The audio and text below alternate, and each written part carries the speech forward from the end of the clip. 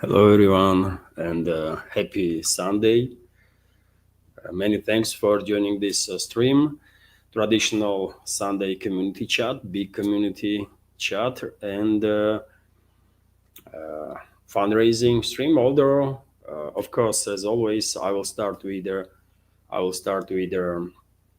new segment, dear friends. And I'm dealing with some high blood pressure, so therefore, if I'm little slow or something, sorry for that.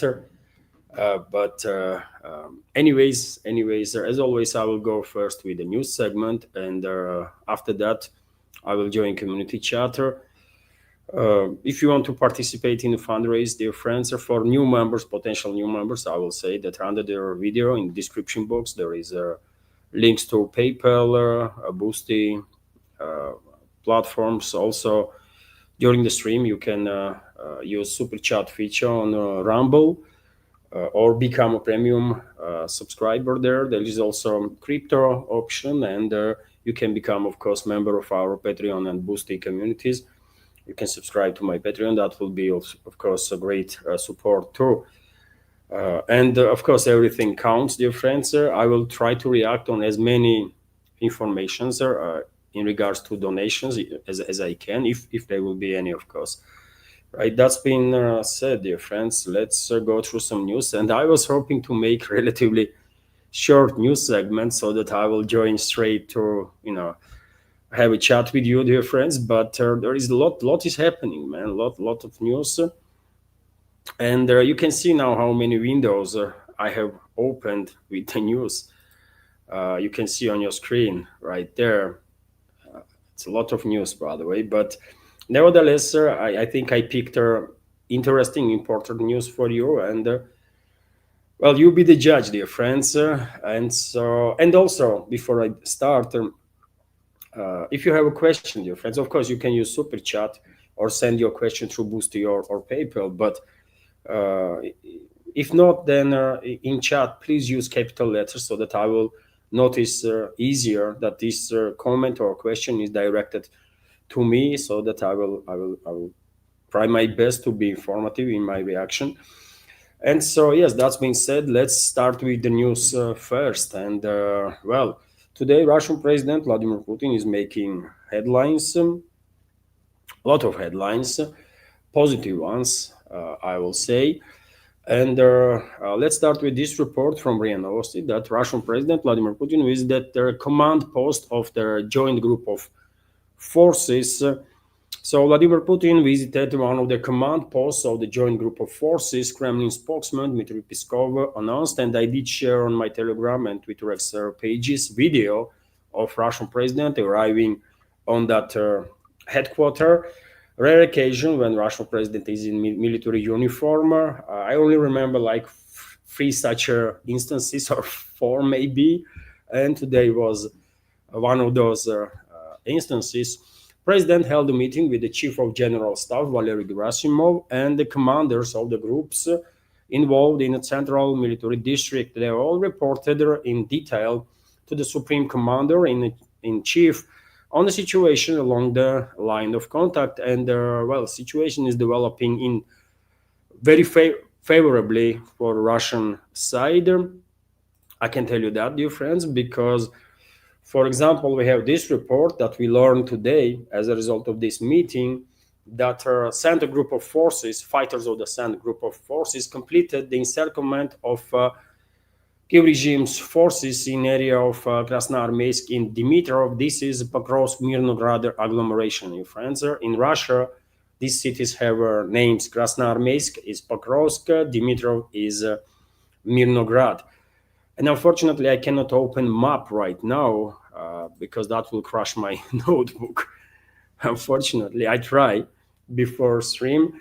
So, my apologies for that. But many members of our community are familiar with their battle map. So we have reports that Russian forces completed basically encirclement of Kiev regime's units in Pokrovsk, Mirnograd agglomeration and surrounding couple of settlements that they still are presented in, and this is a big deal overall, by the way. I mean, let me just go through a news. The same group of forces has completed the encirclement of the Ukrainian armed forces in the area of Krasnoarmeysk and Dmitrov, Pokrovsk, Mirnograd, that is. Chief of the General Staff of the Russian Armed Forces, Valery Gerasimov, announced in a report to Russian President Vladimir Putin.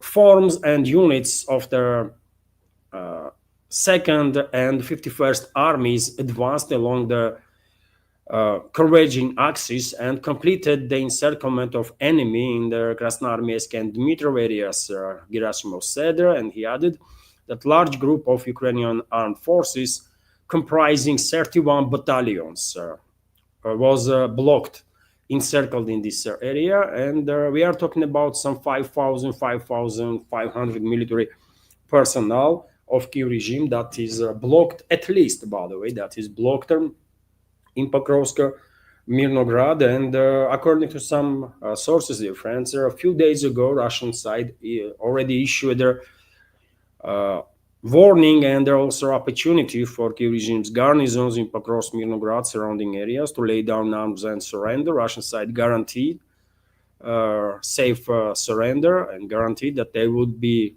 treated in accordance to a Geneva Convention.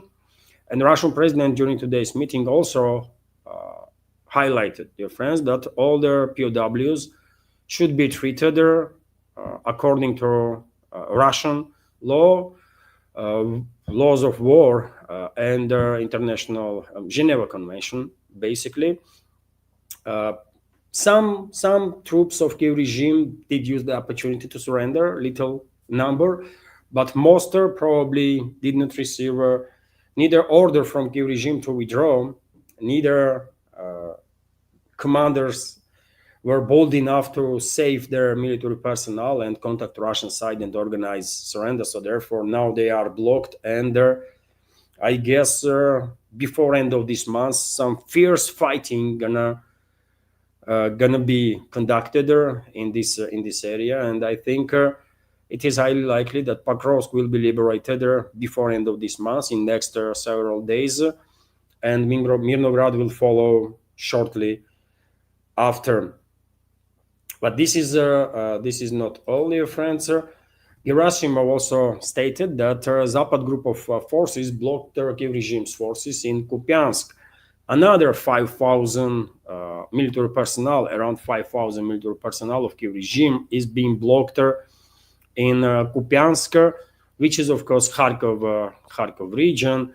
So Russian forces from the Zapad group have encircled Kupiansk in the Kharkov region, seized the crossings over the Oskol River, and blocked the Ukrainian Armed Forces Group. Chief of General Staff of the Russian Armed Forces, Valery Gerasimov, stated in a report to Russian President Vladimir Putin.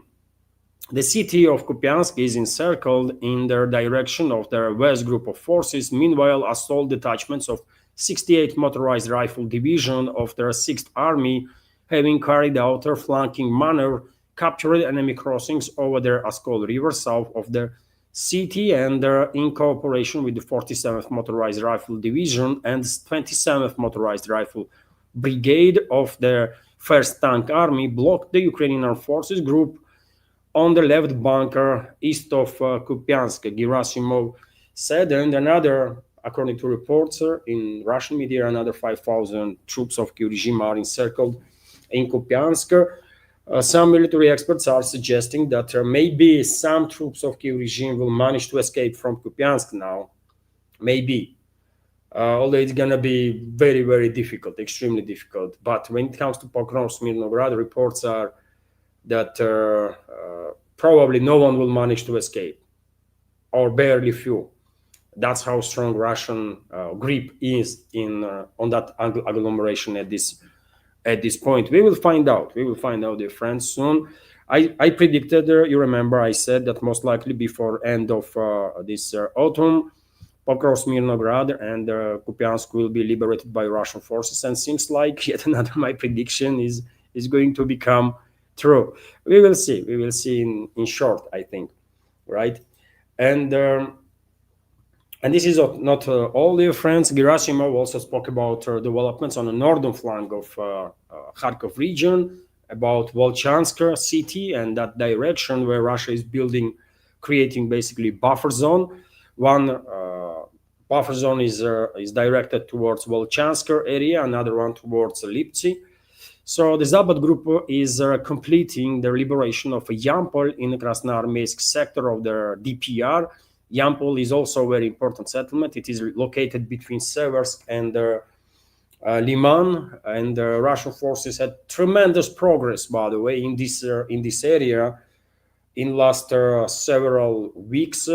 No one was expecting that Russian troops would finalize clearing operation of Serebrenka forestry, but they did. They did, and after this clearing operation in Serebrenka forest was completed, literally on daily basis, we are receiving reports about further progress of the Russian armed forces on the battlefield. And at this point, Russian troops already established control of the several settlements in between Seversk and Liman, and Russian troops are conducting operations inside the Yampol itself, which is, of course, very important strategically speaking at this particular point, while the Russian forces are advancing to liberate these main strongholds that Kiev regime still has in this area. One is Seversk, another is Liman, and as I said, dear friends, it looks like it might be that Russian troops will liberate Liman first and Seversk after, maybe. But anyways, let me continue. The Zapad group of forces is completing the liberation of Yampol. Battle is already underway in Krasnolimansk sector of the DPR. Chief of the General Staff of the Russian Armed Forces, Valery Gerasimov, reported to Russian President.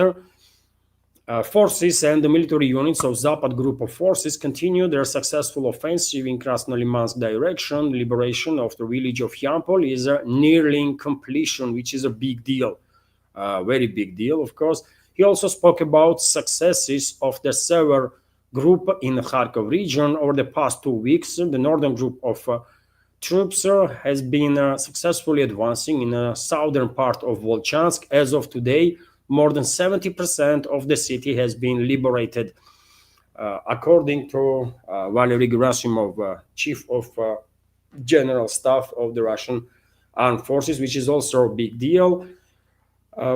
At this point, you don't even need to guess that it's only a matter of very near future, and Volchansk also going to be completely liberated from hostile forces.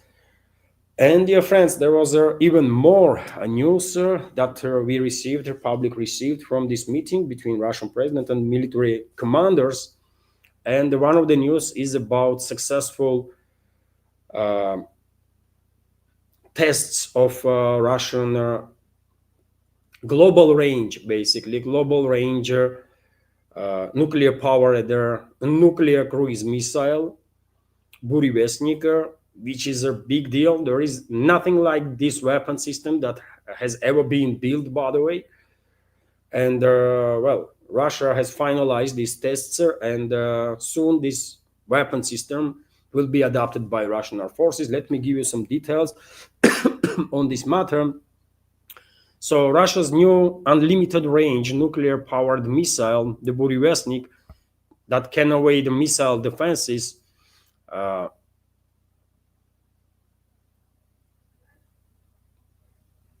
Chief of General Staff Valery Gerasimov has said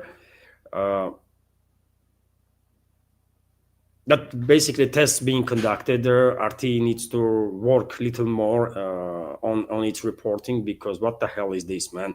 Russia's new unlimited range nuclear powered missile, the Burevestnik, can evade missile defenses. Okay, I mean, this is not the main thing, man. Main thing is that this is unique weapon systems. Okay, anyways, Gerasimov made his remarks on Sunday during the President Vladimir Putin's visit to a Russian army command post. I guess whoever wrote this news about Burevestnik on RT has no freaking idea about weapon systems, you know, because it's nothing extraordinary that Russian weapon systems can avoid their air defenses of hostile side. We have quite a number of weapons that are capable of that. But what is especially unique about Burevestnik is its nuclear power source, right? Anyways, let me continue. Putin held a meeting with Gerasimov and the other senior military commanders, during which he was briefed on the situation along the line of contact with the Ukrainian army and the Russian army's offensive successes, basically, including their country's strategical nuclear forces successful training that took place just a couple of days ago. According to Gerasimov, the Burevestnik test took place on October 21st. Missile completed a multi-hour flight that covered 14,000 kilometers. True, he stressed that this is not the range limit for the Burevestnik. The technical characteristics of the Burevestnik missile make it capable of striking highly protected targets at any distance with guaranteed accuracy. Gerasimov said during the test flight, the missile successfully performed all designed vertical and horizontal maneuvers, demonstrating its strong ability to evade anti-missile and air defense systems.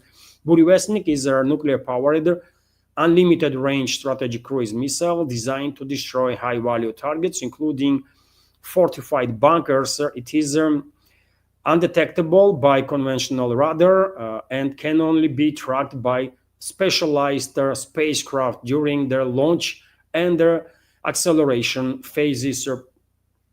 Putin first revealed their missiles development in 2018, describing it as one of a kind weapon that does not follow a ballistic trajectory. And today, dear friends, he also said that some classification needs to be adopted in regards to Burevestnik, because this is a weapon system that neither Russia or any other country in this world has ever had in its inventory, right? And probably soon we will learn what designation Russian leadership, political and military leadership, will come up with. I mean, I guess this is decision of militaries, right?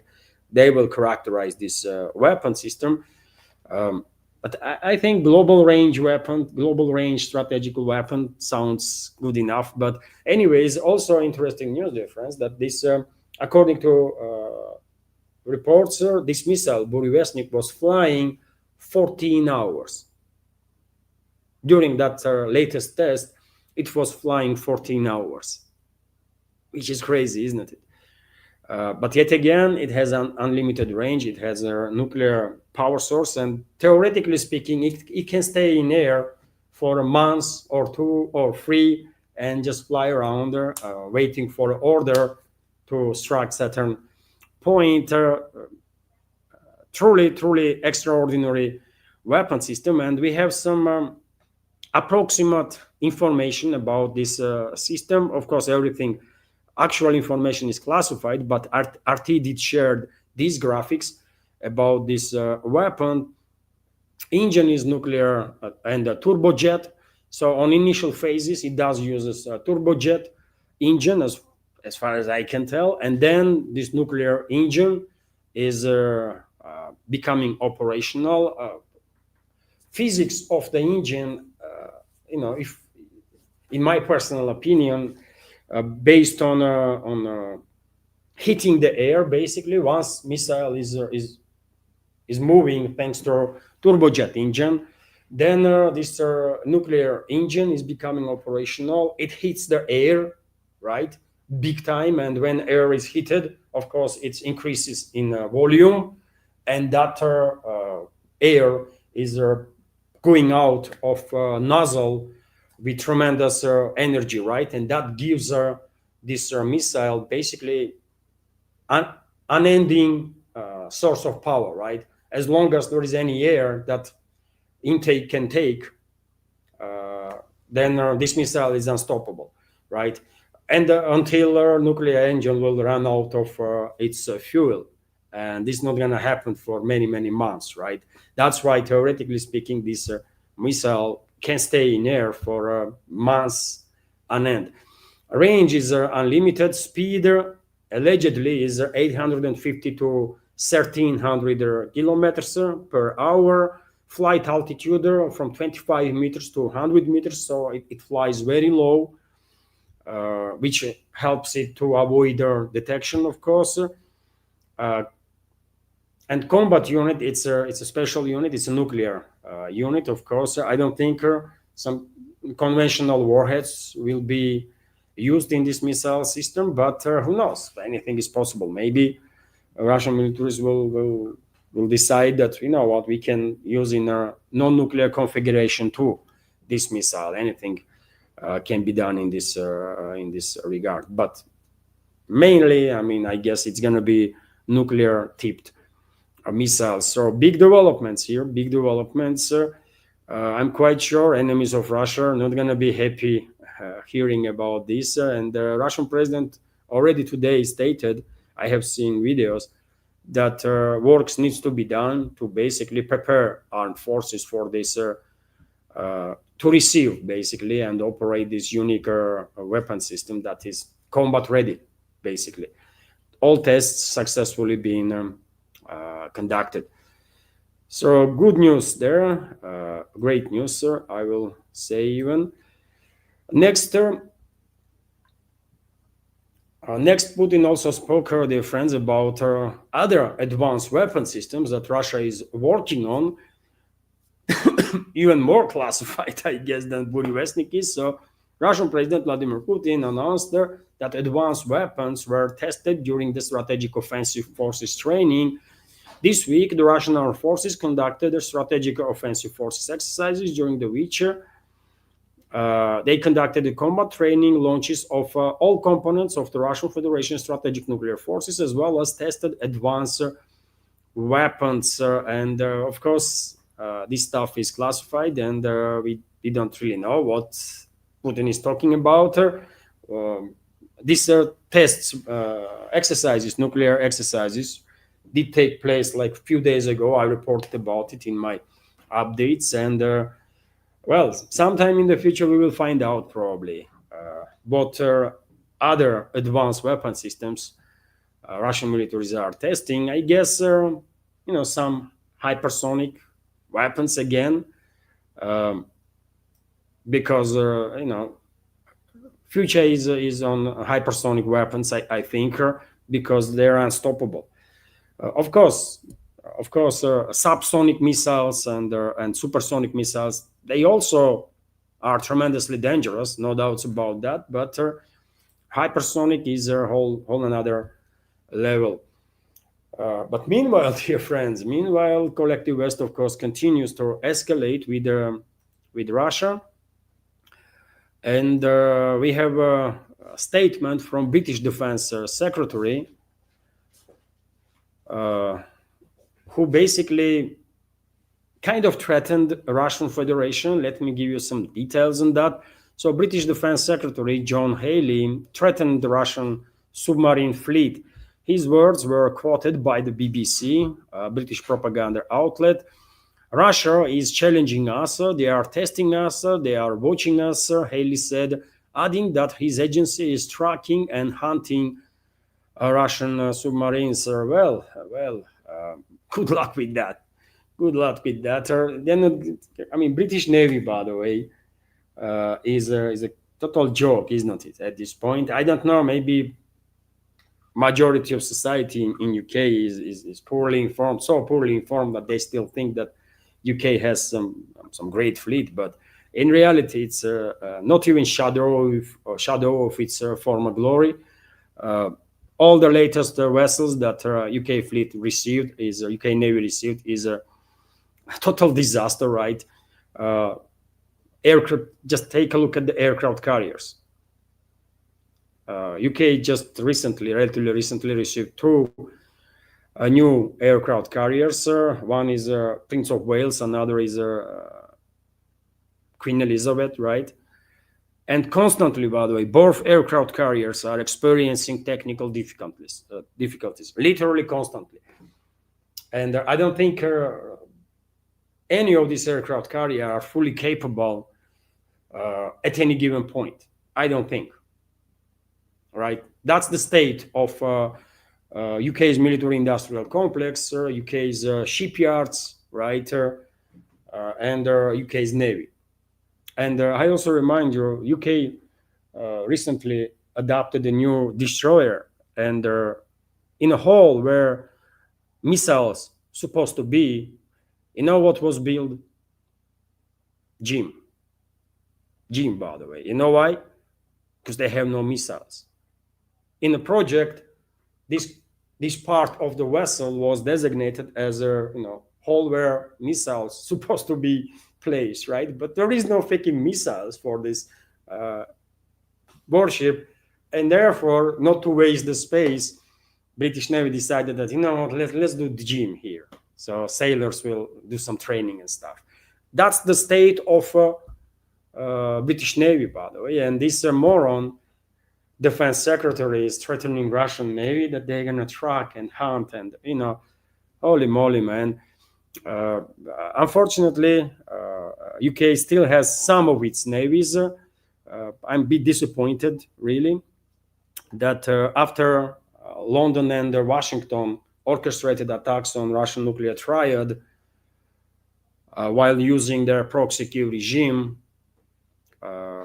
after that, there was no retaliatory strikes on a similar manner, on a similar level, and the UK did not lose all 4 of its Vanguard-class nuclear submarines, as it should be done, I believe. UK should be demilitarized, denuclearized for sure, by the way. We cannot trust this terrorist regime that is established in UK for since forever to hold the nuclear weapons. We just cannot trust them. I mean humanity. So we have obligation to demilitarize UK and denuclearize 100%.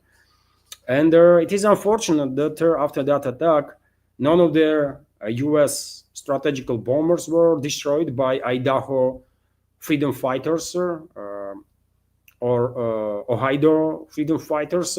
They are probably working on the plans. And soon, hopefully, US will lose a couple of B-2s and their B-21s.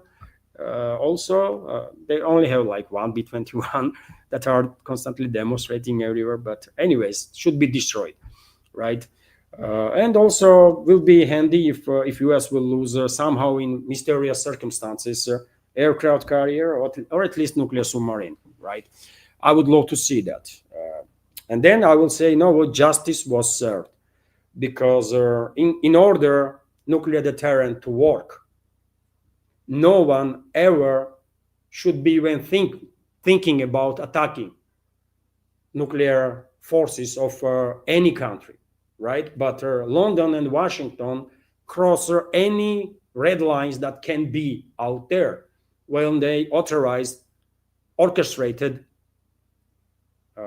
and conducted that attack on Russian nuclear triad when airfields were targeted, where strategical nuclear bombers were placed. You remember the story, right?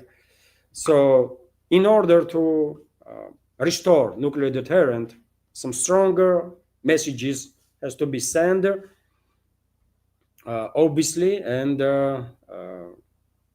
justice has to be served. Otherwise, nuclear deterrent is just an empty word. It's just empty freaking word, right?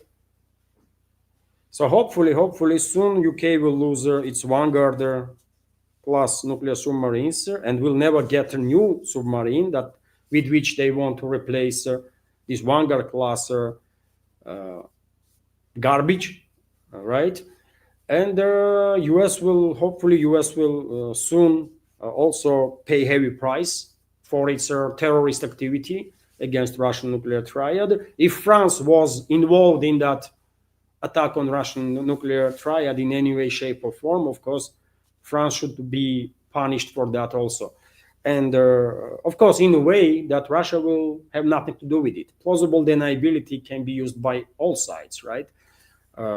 So if UK and the US can use Kiev regime as a proxies, then, well, we can use Idaho freedom fighters or Welsh independence movement fighters, right? Or Scottish independent movement fighters. If you have never heard about these groups, it's not a big deal. You will. It's only, it's a technical matter, right? But justice has to be served, for sure. If we want nuclear deterrent to actually work and help humanity to avoid direct clashes between nuclear powers. And, my personal opinion, is that France and UK should be demilitarized and denuclearized anyways, right? We cannot trust a terrorist regime of these countries with the nuclear weapons, period. Okay, that's been said. I just mentioned France, isn't it? And French army chief stated that Fifth Republic, so-called Fifth Republic, will be ready to deploy its troops to keep control territory next year, and it's only like 2 months left, basically, before next year, right? So who knows? Maybe already in January, February 2026, we will see deployment of French, British troops or some other troops from NATO member states on Kiev control territory, and then we'll understand what is going to happen. Most of those troops will go back to their countries in body bags. That's it, really. That's it. And societies of UK and France and all the others should begin preparing for that. But they are delusional, right? Western elites, by the way, not just majority of the societies in the West, but their elites, all of them are freaking delusional, right? And for example, Donald Tusk, another Russia hater and psychopath that been put in charge of Poland by London. And we should keep in mind, Poland is a British proxy, by the way. Some people think Poland is an American proxy. No. US has some influence there, but historically speaking, Polish elites were always servants of their British aristocracy, right? At least for the last couple of centuries, by the way. That's what is what was the case, and it's still the case. Only exception was during the Cold War era, when Poland was basically controlled by Moscow, right? And so Donald Tusk went to say that proxy war that West is waging against Russia, proxy war that NATO is waging against Russia, will last for another 2-3 years. At least that's what he was told by head of this Western terrorist regime in Kiev, by Zelensky. And he also said that Zelensky was afraid that this war might last 10 years, so 3 years. Kind of not that big of a deal, but it's not about that, dear friends. In reality, you constantly hear, isn't it, that France is allocating funds for the regime to support for another 2-3 years. UK is allocating funds, or promising at least, to support the regime for another 2-3 years. Germany is doing the same. You constantly hear these numbers, isn't it? 2-3 years, 2-3 years. And the question is why? Why 2-3 years? And I tell you why, dear friends. For 2028, 2029, European NATO member states are planning to finalize first phase of their militarization, right? Accelerated militarization process. And these delusional idiots are thinking that for 2028, 2029, towards the end of this decade, they will be in a position to fight directly Russian Federation. As I said, they are delusional, by the way.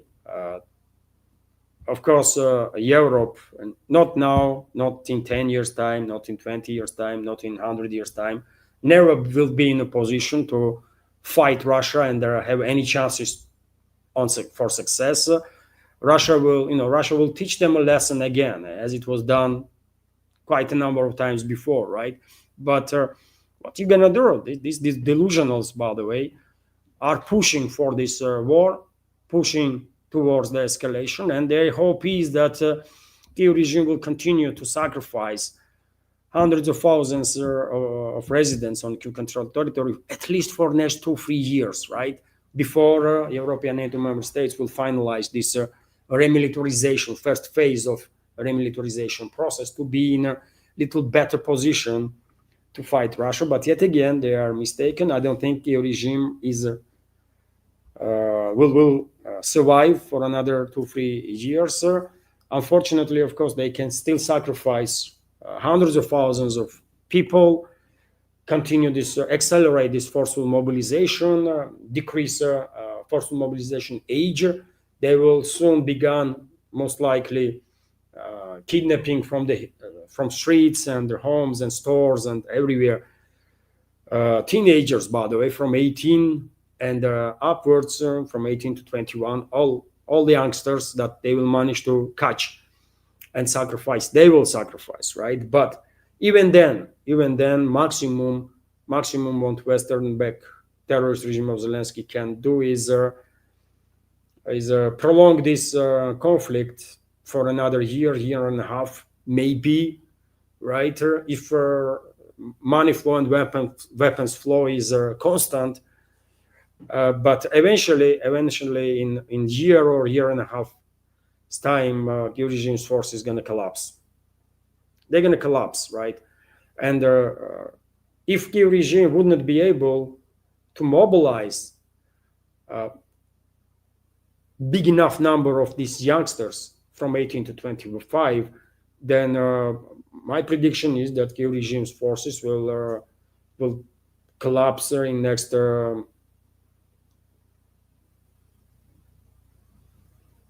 10 to 12 months max, before end of 2026.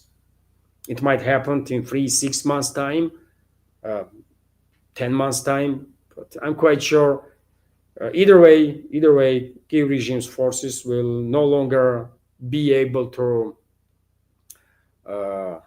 operate on more or less, battle capable level before end of next year, right? We will see. We will find out. Also, dear friends, let me give you this report that Peskov, spokesperson of the Russian president, was asked by Pavel Zarubin, journalist from presidential pool who constantly circles around the Russian president. He's his favorite journalist, I guess, or something, right? And Zarubin was interviewing Peskov, asking for clarification about a recent statement of Russian Federation that in case of long-range strikes deep into Russian territory, Moscow will retaliate with overwhelming force. And I can give you a short video, dear friends, of Peskov's commentary. Video is in Russian, but there is subtitles, and you can read it if you are interested. And so let me show you the video itself.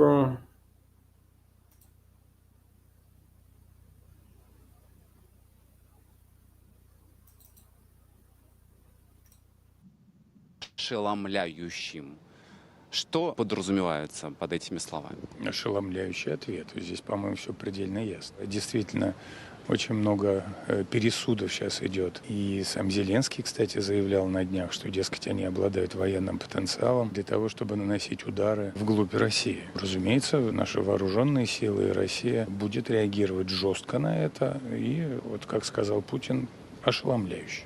Причем есть серьезное подозрение, что ракеты, которыми сейчас бахвалится киевский режим, это просто перекрашенные британские ракеты. Ну, очевидно. Они могут быть британские, они могут быть германские, они могут быть итальянские, какие угодно. Но очевидно, что сама Украина вряд ли сейчас способна производить такие ракеты. И как минимум основные узлы и блоки этих ракет – это чистый импорт из Европы. And so, as you can see, dear friends, what Peskov said there is that overwhelming Russian president meant exactly what he said, that Russian retaliatory strike or response will be overwhelming in full sense of these words if long-range strikes will happen deep into Russian territory by any missiles, right? We have more clarification now that Russian president was not only talking about Tomahawk missiles, any missiles, right? And that's my understanding here. And also, Peskov was asked by Zarubin, well, Kyiv regime will say that this is our missile, although we all understand that those missiles are going to be just camouflaged as a Ukrainian, right, or weapons of the Kyiv regime. And Peskov said that, yes, I mean, we understand this, that Turkey regime itself cannot produce long-range missile systems. And in any case, main parts of these missiles will be from the West, Germany, Italy, England, or UK, does not matter. So we have more clarification now. We have more clarification. There is a lot of threats, by the way. Keir Starmer just yesterday or day before, isn't it? Once again, was threatening Russia with the long-range strikes. He spoke about long-range missiles quite extensively, while having a meeting with Zelensky. And well, they should be ready, by the way. They should be ready. Moscow is saying, you know what? You launch those missiles with a range, whatever range there is, like 500,000, 1,500 kilometers or whatever, and we're gonna retaliate, and the retaliation gonna be overwhelming. And I think, dear friends, this whole topic is related with my prediction, based on my reading of the big picture, that NATO countries are planning next phase of escalation against Russia, with not just a massive long-range drone and missile strikes, but also simultaneous attempt of decapitation strike on Russian Federation, on Russian military and political leadership, simultaneous massive terrorist attacks inside the Russia by assets of their NATO countries' so-called secret services, and simultaneous also massive, unprecedented scale cyber attacks on infrastructure of the Russian Federation. That's what plan of the NATO is, right? I think so. And my guess is that Russian side knows perfectly well what is going on, what is being planned. This is not just some one-off missile launch somewhere. It's a combined, unprecedented scale assault on Russia that is being planned by the West. And that's why Russian president said, and Peskov reiterated, that, you know what, you continue this way, you launch this next phase of offensive, and our response is going to be overwhelming. And that means, by the way, that Russia will strike back not just on military and logistical infrastructure of a hostile side on a Kyiv controlled territory, but most likely that means Russia will retaliate on military and logistical infrastructure or legit targets, let's say, on territory of NATO countries, two NATO countries that will be engaged in that and are already engaged in hostilities against Russia. So this is very, very important warning that Moscow is issuing, and one might only hope that globalists, neocons, and all the others will listen to it, right? And hold whatever plans they have for this next phase of escalation. Otherwise, I'm quite sure Moscow will retaliate with the force and the scale that will be absolutely devastating for the Western elites, right? It's going to be shock and awe what Moscow will do in response. I think so. But yet again, let's hope we will never find out. Let's hope we will never find out. And globalists and neocons and all the regimes in the West that these globalists and neocons controlled don't go ahead with this next phase of escalation. We will see. We will see. Anyways, dear friends, a lot of news left. But before I continue, let me notice, if I may, that this is not just an ordinary news summary from Russia, but also big community chat, traditional Sunday community chat, and fundraising stream. And if you like my work, if you can and want to support, you can do it through several means, dear friends. You can donate through PayPal platform. Usually during this Sunday fundraising streams, task is to reach $200 for the next week, so that I will work a little less stress. This is full-time job, dear friends, so that's basically what I'm talking about. We only twice did manage to reach that $200 target, but nevertheless, these fundraisings do help do help. So yes, there is a links under this video in description box, dear friends, of PayPal, Boosty. You can subscribe to my Patreon and Boosty channels also. Of course, that would be great support. Although subscription, I mean, by the way, paid subscription. Right now, I have like 3 times more free subscribers on our Patreon, and it is similar number on Boosty than actual subscribers, right? Or actual supporters. Free subscription does not help, dear friends. Helps paid subscription, right? And it starts from $5 on Patreon, for example, and it's like little more $6 or something on the Boosty, right? For a month. And you can choose your level of support there, dear friends.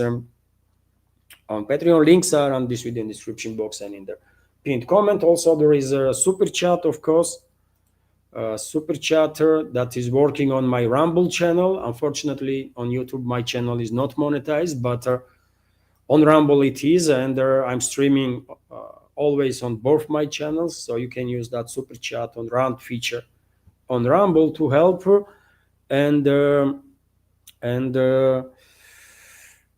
what else, man? And you can become premium subscriber there too on Rumble. Okay, that's being said, dear friends, but for this moment, there is no donations, no nothing.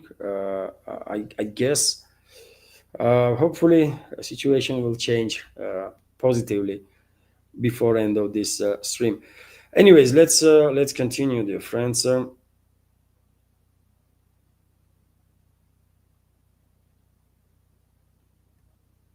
Let's continue. And next news is this one, by the way, from RIA Novosti, information about work of Russian air defense systems past night. So, and information is based on defense ministry, as I already said. So 82 drones were intercepted by Russian air defense systems previous night. Drones that was launched by Western-backed terrorist regime of Zelensky to strike deep into Russian territory. I can give you specifics on that. 30 drones from these 82 were intercepted over the Bryansk region, 26 drones over the Tula region, 7 drones over the Black Sea, 4 drones each over the Azov Sea, Krasnodar Krai, Ryazan region, 3 drones over the Rostov region, 2 drones over the Moscow region, including drone that was flying towards capital itself, and 1 drone each in the Kursk and the Lipetsk region. Unfortunately, still quite vast geography of these long-range strikes on Russia, deep into Russia by drones, that is orchestrated by NATO. And I do have a question, dear friends. I just share with you information when Peskov was saying that if long-range strikes with these missiles, as it was a threat, as Russia was threatened, will happen, then Moscow will retaliate overwhelmingly. Well, what about drone attacks? Is these drone attacks not count? I mean, is these drone attacks not count, or what? Or this is not long enough range? 1 drone was intercepted just there. I mean, on outskirts of Moscow, right? And it was directed on Moscow. And yesterday or night, one of the drones actually struck their high-rise apartment building in a neighboring city here, in Krasnogorsk, right? A city that is basically almost part of Moscow, right? It's right next to the city. You can walk from Moscow to Krasnogorsk. So is this not long enough or long range enough, or why these drone attacks not being are not enough reason to already retaliate overwhelmingly? Just asking, man. Because long-range strike is a long-range strikes, and those missiles, Tomahawk missile, in conventional, if it's in conventional configuration with conventional warhead, Tomahawk missiles don't really have much more explosive materials in it than these drones, these aircraft type drones that NATO is launching to strike deep into Russia. So, just asking, I think these drone strikes also have to be addressed, and one strict warning, that even if one single drone is launched to strike deep into Russia, well, we're gonna retaliate overwhelmingly. Maybe it is needed such statement to be made, and then follow-up steps also to be conducted. Meanwhile, dear friends, Russian militaries drove the armed forces of Kiev regime out of most of the village of Kurilovka. Kurilovka is located on, I believe, on a southeastern outskirt of Kupiansk. You know what? I did delete quite a number of windows as I go through the news. And I'm gonna try to open a map, by the way. Hopefully notebook would not crash. We will see now. So let me show you this. Well, notebook would not crash, but it's not showing me. It's not opening normally. What the heck, man? Yes, I need some proper notebook, man. This one is no longer capable of doing the job. So, come on. Anyways, I think that's where this is Kharkov region, isn't it? This is Kupiansk city. I can just recognize the area based on these contours. So it's Kupiansk here, right? And I think this settlement that I just mentioned, Kurilovka, is located here, by the way. Oh, yeah. Almost there. Come on, notebook. Sorry, dear friends. It's, I'm working with what I have. That's it, man. Right. So it is Kurilovka, by the way. I mean, I can see. Yeah, Kurilovka. That's right. So this is the settlement, dear friends. This is Kupiansk, where around 5,000 enemy troops are encircled, and this is Kurilovka settlement. This one here, and the Russian troops already are in control of a significant part of this settlement, and dear friends, in reality, except militaries that are operating in this area, no one really knows what's going on. Valery Gerasimov, head of Russian General Staff, said that 5,000 troops of Kiev regime are encircled, and that means Russian troops are everywhere, just everywhere, right? Otherwise, how they managed to encircle these 5,000 troops?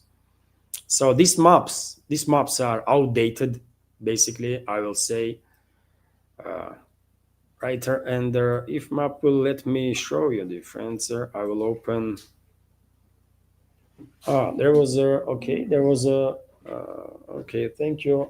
Can you do screenshots? Okay. Okay. There was right now, dear friends, two super chats on Rumble from Dead Reckoning and Dwayne Cook. And dear friends, I will react on these super chats straight after a news segment. Truly grateful for this support. I will make copies of it right now. So let's see if map is opening. So this is Pokrovsk-Mirnograd area, dear friends.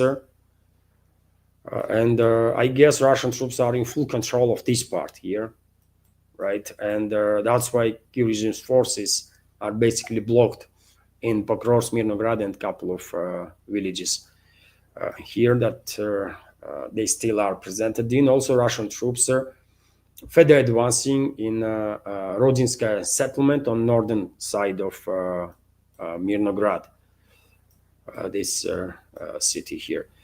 So this is another area where about 5,000 troops of Kiev regime are also encircled, and I guess soon both these cities, Pokrovsk and Mirnograd, and also Kupiansk, by the way, is going to be declared as fully liberated by Russian forces. Let's continue with some other reports now, and TASS news agency is reporting that according to articles in the Western media, Kiev regime might face heating outages and factory closures this winter. So residents of Ukraine might face heating outages this winter, and their factories might be unable to cope with the rising electricity prices and be forced to close, according to New York Times, for example. Publication notes that several cities have already postponed turning on the central heating in residential buildings due to gas shortages. Prolonged gas and electricity outages could prompt more Ukrainians to emigrate, further weakening the country's economy, the newspaper adds. And well, this is a point, by the way. This is an important point. I think it will make sense, in my personal opinion, if Russian side will make official request, let's say, from residents of the Kiev-controlled territory to use any means possible to leave this territory that is still controlled by Western-backed terrorist regime of Zelensky and move to Europe.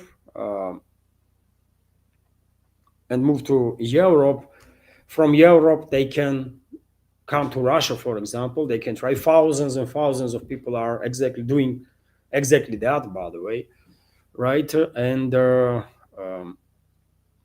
I think this is definitely something that needs to be addressed, because obviously we cannot allow Kiev regime to sacrifice everybody there. We just cannot allow Kiev regime to sacrifice everyone that is still on Kiev-controlled territory. It's millions of people, right? And I think one way or another, somehow Moscow, directly or indirectly, have to send a message to people that live there on Kiev-controlled territory to move into Poland, into other European countries, right? Because first of all, they will save their lives this way, and secondly, they all understand that Russia has no option but to take out all the legit military targets. That includes energy infrastructure too, right? Because energy infrastructure is, of course, used to power all sorts of factories that are producing weapon systems or engaged in maintenance of the weapon systems. So it's a legit target, right? We just have to do this in order to minimize military capabilities of the enemy. And I think it is a realistic prediction here from New York Times that this winter might be very severe. Winter might be very severe, and the on Kiev-controlled territory should wait. They should not wait to check if they can move outside of Kiev-controlled territory towards, I don't know, man, any country. I mean, they can travel freely, right? With exception of military-aged men. Okay, but at least women can travel. They can take their kids, right? They can take their elderly, evacuate, right?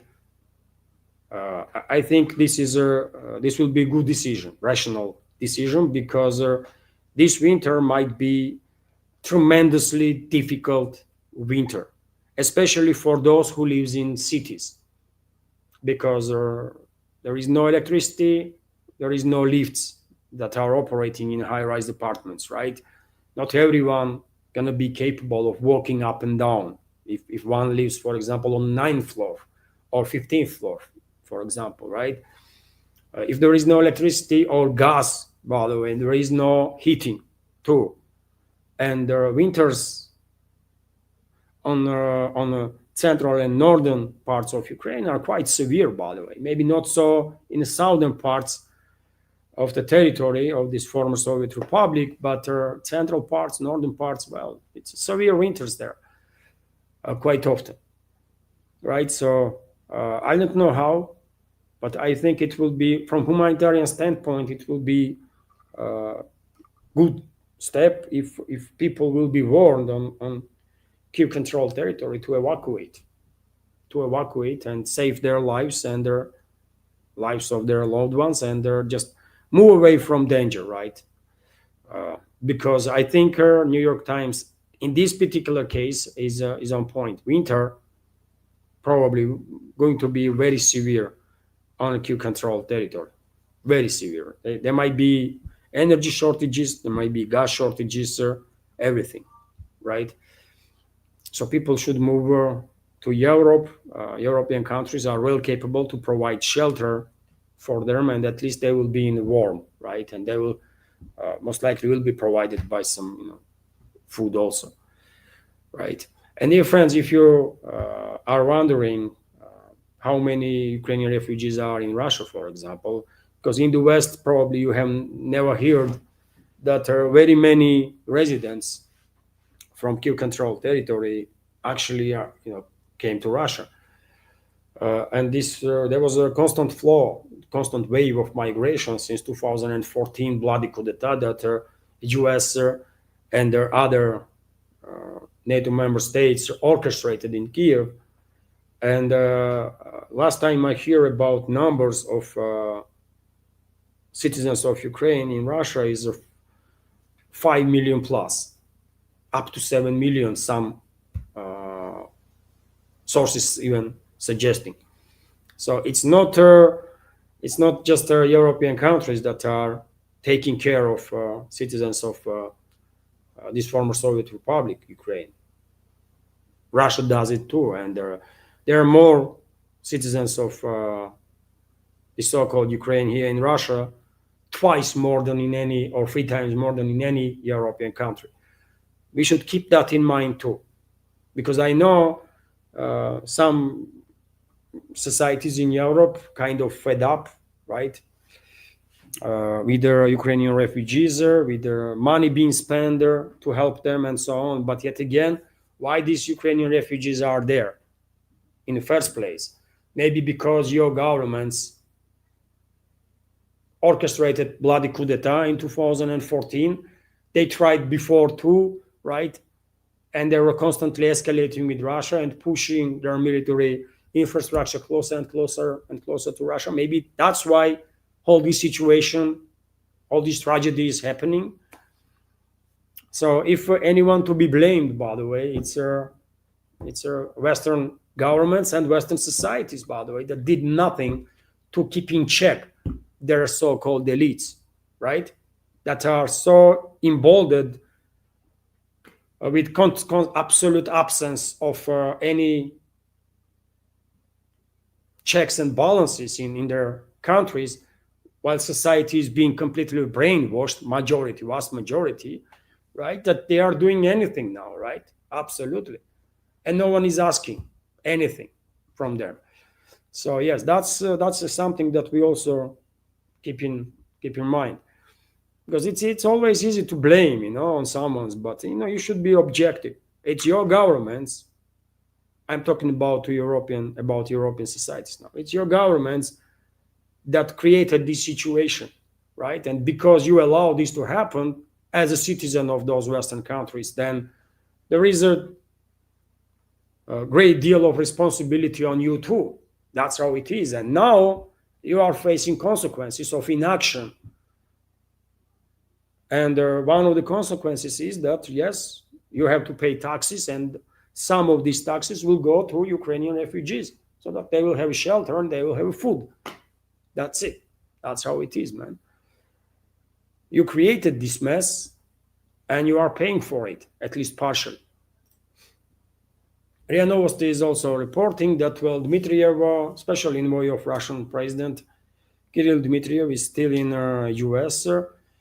and he had some meetings with US government officials, no specifics, by the way, here, with which officials. Earlier there was reports that he might have a meeting with Witkoff on 25th. That is yesterday, right? But I did not see no reports about such a meeting taking place. Witkoff probably is with the US president in Malaysia right now, where ASEAN summit is taking place, right? So maybe Dmitriev didn't really had a chance to have a conversation with Witkoff. But in any case, I think this visit of Dmitriev to Washington can be seen as an indicator, or can be seen as a last attempt of Moscow to build a bridge of communication with the Washington. That's how I see it, anyways, right? That after everything that U.S. done against Russia, Moscow is still offering the kind of off-ramp to Washington, to U.S. administration. Dmitriev is there, right, to deliver whatever messages needs to be delivered there, and that's about it, man. After this, I don't think Moscow will bother too much, right? Of course, Moscow will be diplomatic anyways, right? And you're not gonna hear some crazy statements from Russian high-ranking officials. They will maintain diplomatic language that we are open for dialogue and negotiations and so on and so on. But I think Moscow will begin distancing itself, right? Because if Dmitriev's this visit will fail, I think even most optimistic people in Putin's administration, in his inner circle, will realize that, yeah, man, I mean, we cannot work with those guys, man. They are not serious people. No matter how many times we're gonna try to bring them to some sense, it will not work, right? And therefore, I think after this visit of Dmitriev into US, we will see significant cool down towards the US from Russian side. Meanwhile, by the way, US, all US does is escalates, right? I wonder, I don't really understand how anyone in Putin's administration, including Dmitriev, still can be optimistic, by the way, right? I can understand their motives behind their policy that they want to implement. It's a good policy, by the way. It's a good policy because I clearly see, as they do, tremendous potential in if Moscow and Washington would manage to de-escalate. Tremendous potential for both countries, for peoples of both countries, right? This cooperation, and we don't have to be strategical allies or like best friends, man. We might not never be best friends, but we can at least have a good working relationships, right? Because there is no objective reason why should we be enemies. It's just not clear. So this good working relationship would benefit tremendously both countries, both peoples, businesses, economies, by the way, everything, right? But to reach that level, you need on opposite side people that are interested in US, interested in to defend US society, US economy, actually, right? Not the 1% that controls everything, but actual society. And there was a big hope here in Russia, I will say, among certain groups of people, including in the leadership of country. I think, personal opinion, there was a big hope that with Trump's administration, America First movement will actually regain initiative, right, and will be in charge.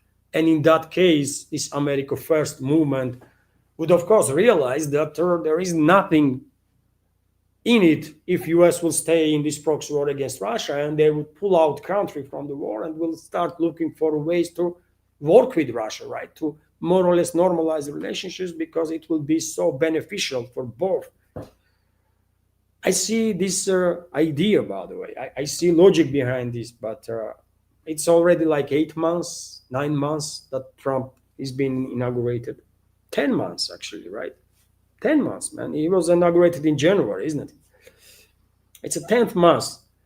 And all we see from US is escalation, right? All we see from US is escalation. Trump was acting tremendously irrationally. His representatives, by the way, either in NATO or elsewhere, were making horrible, horrible statements, right? Horrible in the sense that those statements would definitely not bring sides closer anyway, in any way, shape, or form, right? Nothing to be said about the psychopaths that are members of the Republican Party, especially in Senate and the Congress, by the way. Clear psychopaths. Not all of them, but many of them are just mentally elements, right? I don't think anyone will doubt that. And so when we have so many factual information, I don't understand why anyone still was optimistic, or maybe even is optimistic in Putin's inner circle, that somehow they can have a professional communication and there are potentially agreements with the Trump's team. And no, it's just not happening. Unfortunately, it's just not happening because these are not America first people, by the way. Trump is not America first. Rubio is not America first. They are not, right? They are serving neocons, globalists, Zionists, whomever, but definitely not the American people. Period, man. It's just so clear, man. You know, not even Republican supporters in US, by the way, are have any doubts about it now. Majority of them, at least, I think, are already realized that they've been played, right? But somehow, I guess, in Russian president's inner circle, some people were still to nowadays maintaining this hope that maybe we can do some business with these guys, maybe, we can put some sense in their freaking brains. No, you can't. You just can't. That's it, man. And it is unfortunate. But Dmitriev's visit in Washington will be failure. And after that, I think Moscow will act differently. Will maintain diplomatic language for sure. That's how Russian officials operate. But attitude will be different. And when it comes to escalation from the US side, by the way, well, Trump, I have audio here for you. When Trump once again spoke about hurting Russia, he went to say that China is cutting back on, substantially on Russian oil purchases. India already halting purchases and so on. So he continues, man. He continues to escalate with Russia, literally on daily basis, right? Neocons are fully on board with the globalists in their attempts to achieve strategical defeat of Russia because they are dreaming about destroying Russia, dividing Russia, and grabbing everything that Russia has, right? Enslaving people and just grabbing everything that Russia has, right? That's what their ultimate goal is. Let me give you this audio of Trump.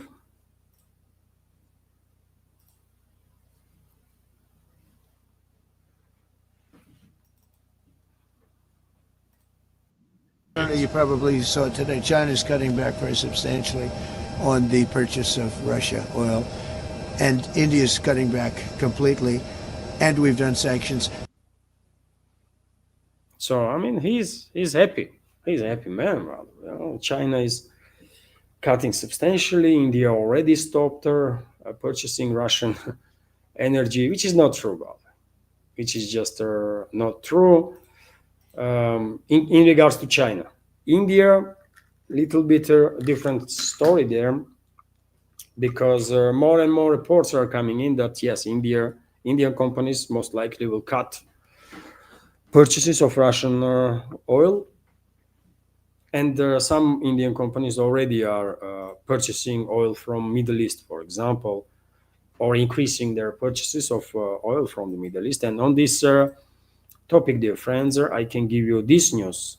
For example, from Bloomberg, that the largest Indian importer has started actively purchasing oil from Middle East aimed at anti-Russian sanctions. According to agency, Reliance Industries, this is a major oil major in India, Reliance Industries is buying half G crude from Saudi Arabia, Basrah medium from Iraq, and Al Shaheen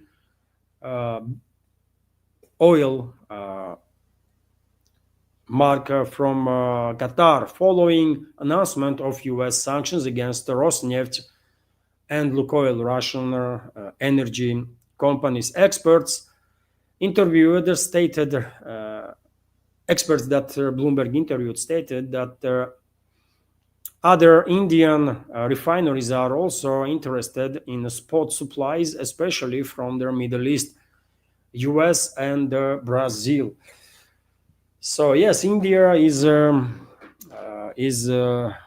looks like, yes, India is being forced to submission, right? And will stop purchasing Russian oil. Okay, by the way, India was second since the beginning of special military operation. India was second when it comes to Russian oil imports. And Indian companies, Indian budget, by the way, was making billions, right? On that. Well, they will cut now on these supplies, and oh well, what can what can I say, man? Just I feel sorry for India that they were not able to withstand the pressure, man. This will have far-reaching consequences. You know, of course, Russia will deal with the situation, by the way. You know, one way or another, but this oil will find its buyer. But this publicly, to obey orders from the West, man, and to be forced into submission, that's tragic to see, man. I don't like this at all, you know, because I would love to see India standing strong, man, not being, you know, pushed around by anybody. But you see, US, UK, Europe, they still have a grip on India's economy, so much so that they, you know, they are able to do this. Unfortunate, but you know, but yet again, if Trump is hoping, or these globalists and neocons are hoping that, well, India will stop now buying Russian oil and Russian economy gonna collapse, they are so far from objective true or objective reality, by the way. First of all, okay, India would not buy Russian oil, others will do, right? Ways will be found to buy Russian oil. And when it comes to China receives oil mainly from pipeline. India receives oil through maritime means, right? But China receives some 95%, if I remember correctly, of Russian oil through pipelines.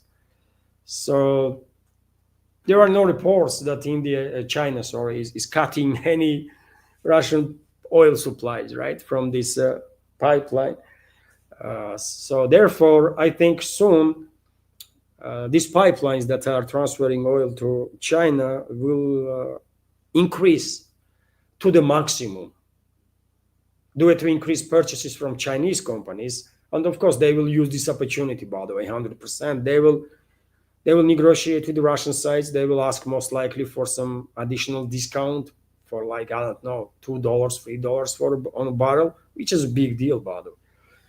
Probably they will ask for some, discount. Maybe they will get discount, maybe not. But soon we will see reports, and of course, I will keep you informed about it. So we will see information that Russian pipelines that are transferring oil to China are working on its maximum capacities, right? That's what is going to happen. China not going to cut on purchases of Russian oil, man. What Trump is talking about, shipments of Russian oil to China might stop. Maybe, by the way, will stop. I'm not even sure about that. But yet again, 95% of oil is going through pipelines. So if some Chinese companies are, in order to avoid some sanctions from Western, will divert their purchases from vessels to pipe, I don't think for Russia that will change anything at all, right? Russia will sell its oil anyways and will get whatever money Russia is getting from this oil sales. But also, dear friends, we should keep in mind that overall in Russian federal budget, oil and gas revenues are maximum, by the way. And oil and gas I'm talking about, not just oil.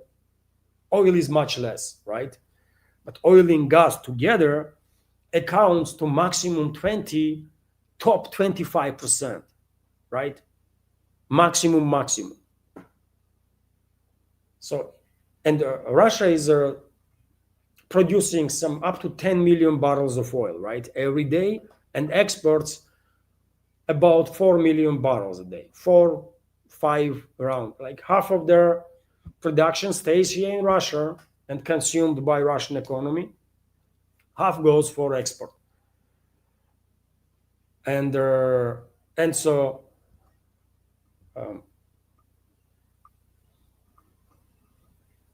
we should understand that from this 20 to maximum 25% of oil and gas revenues that Russian economy has or budget has, half of it is domestic market, Val.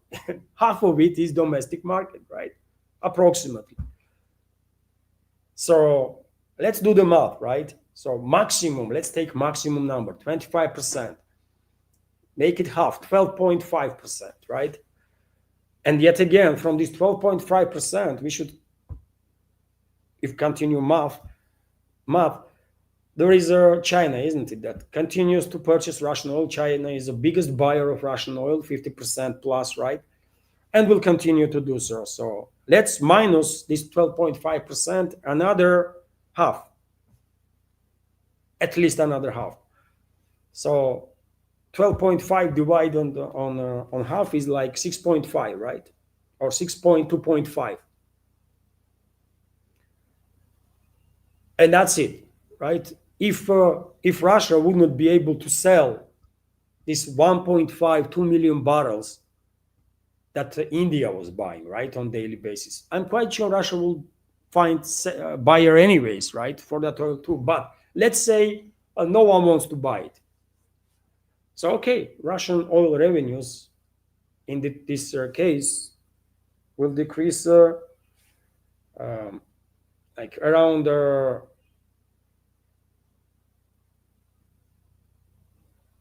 5-6% from this 25 that I said originally, because it's oil and gas together, right? And what impact that will have on Russian economy, man? Are we serious here? Russia has a safety cushion of $1 trillion, right, approximately. Russian deficit right now is trillion something rubles, right? Which could be easily compensated if Russian economical bloc weakened the ruble, but they did not for whatever reason. Either they cannot, either demand on the ruble is just too freaking strong, or I don't know, maybe they are just not thinking about it yet. But we can deal with this federal deficit in the federal budget quite easily. All you need to do basically is to let the ruble get weaker, make exchange rate 110 rubles for a dollar. That will bring an additional 20-30% of revenues to the federal budget, right? when these exporter companies will exchange their foreign currencies that they have in rubles to pay taxes, right? And then for next several years, you can take little sums from this $1 trillion cushion, safety cushion that Russia has. And country would not even feel, by the way, anything whatsoever, right? So it's unpleasant. It is unpleasant, isn't it? And Russian president said it openly. I mean, well, these sanctions and all this stuff is unpleasant. Of course it is.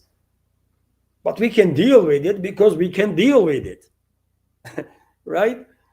So don't fail to this Western misleading propaganda that, well, this sanction, if the sanctions on Russian oil and gas and Russian energy sector are gonna do some enormous damage and Russian economy gonna collapse or that kind of nonsense, man. No, it's all lies, man. Russian economy not gonna collapse, and I just did the math, isn't it? Oil and gas revenues, oil and gas, not just oil, but oil and gas revenues are maximum 25%, right? Half is our domestic market, so minus half, 12.5. And that's oil and gas, not just oil. So if in this particular case, in regards to India, we're talking about oil, right? Let's say oil is 70% and gas is 30%, right?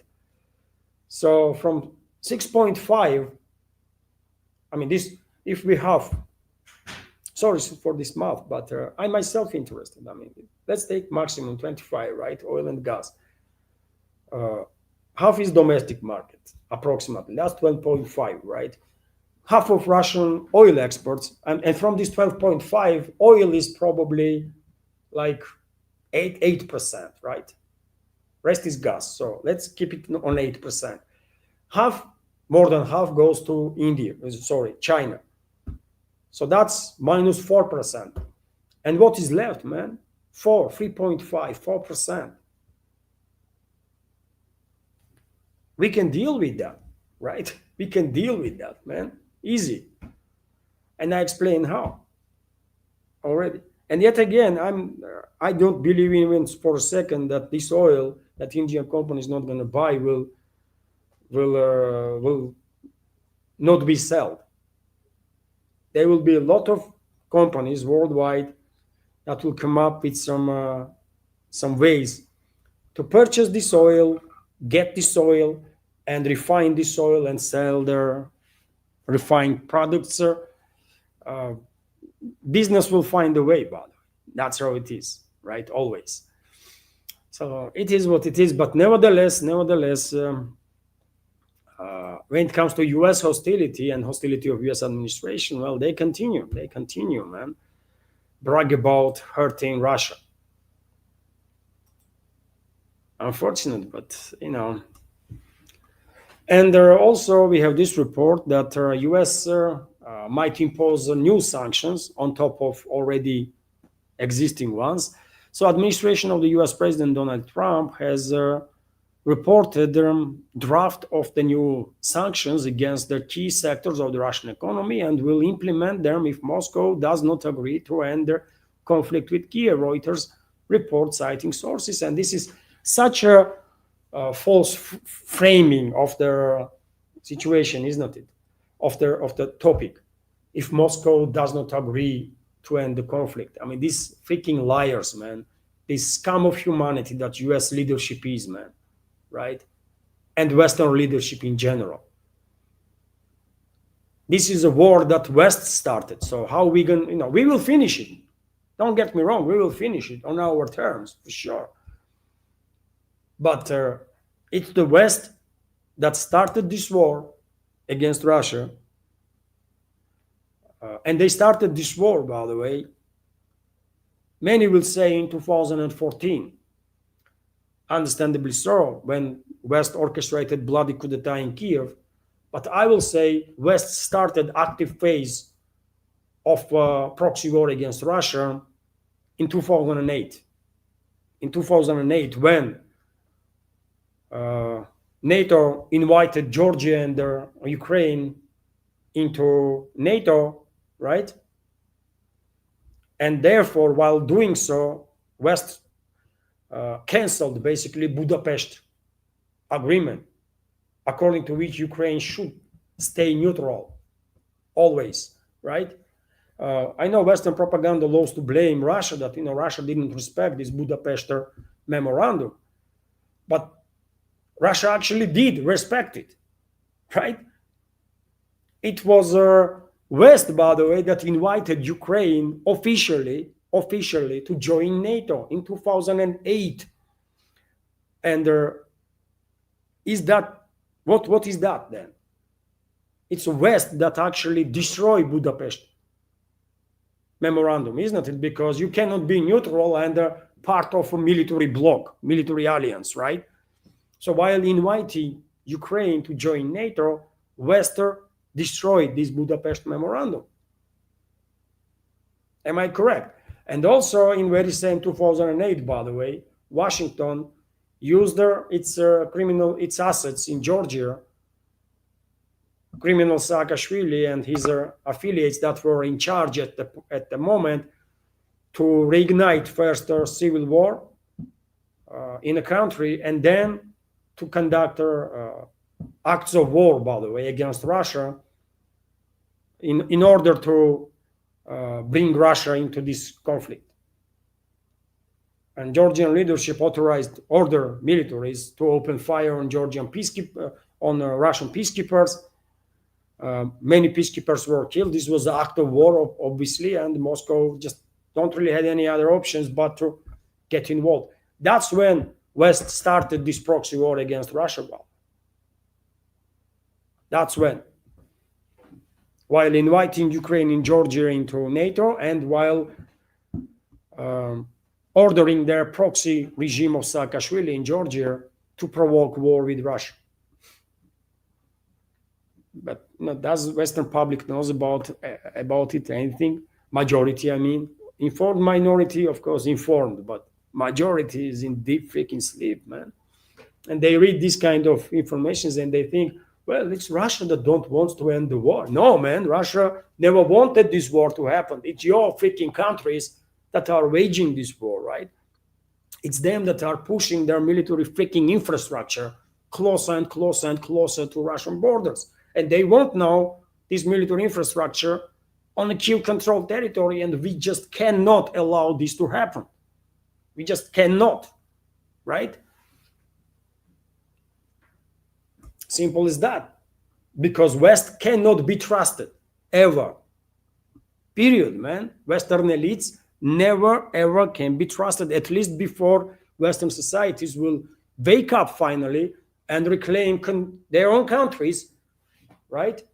And make necessary changes to make sure that some distant human beings finally will be in the leadership of the West.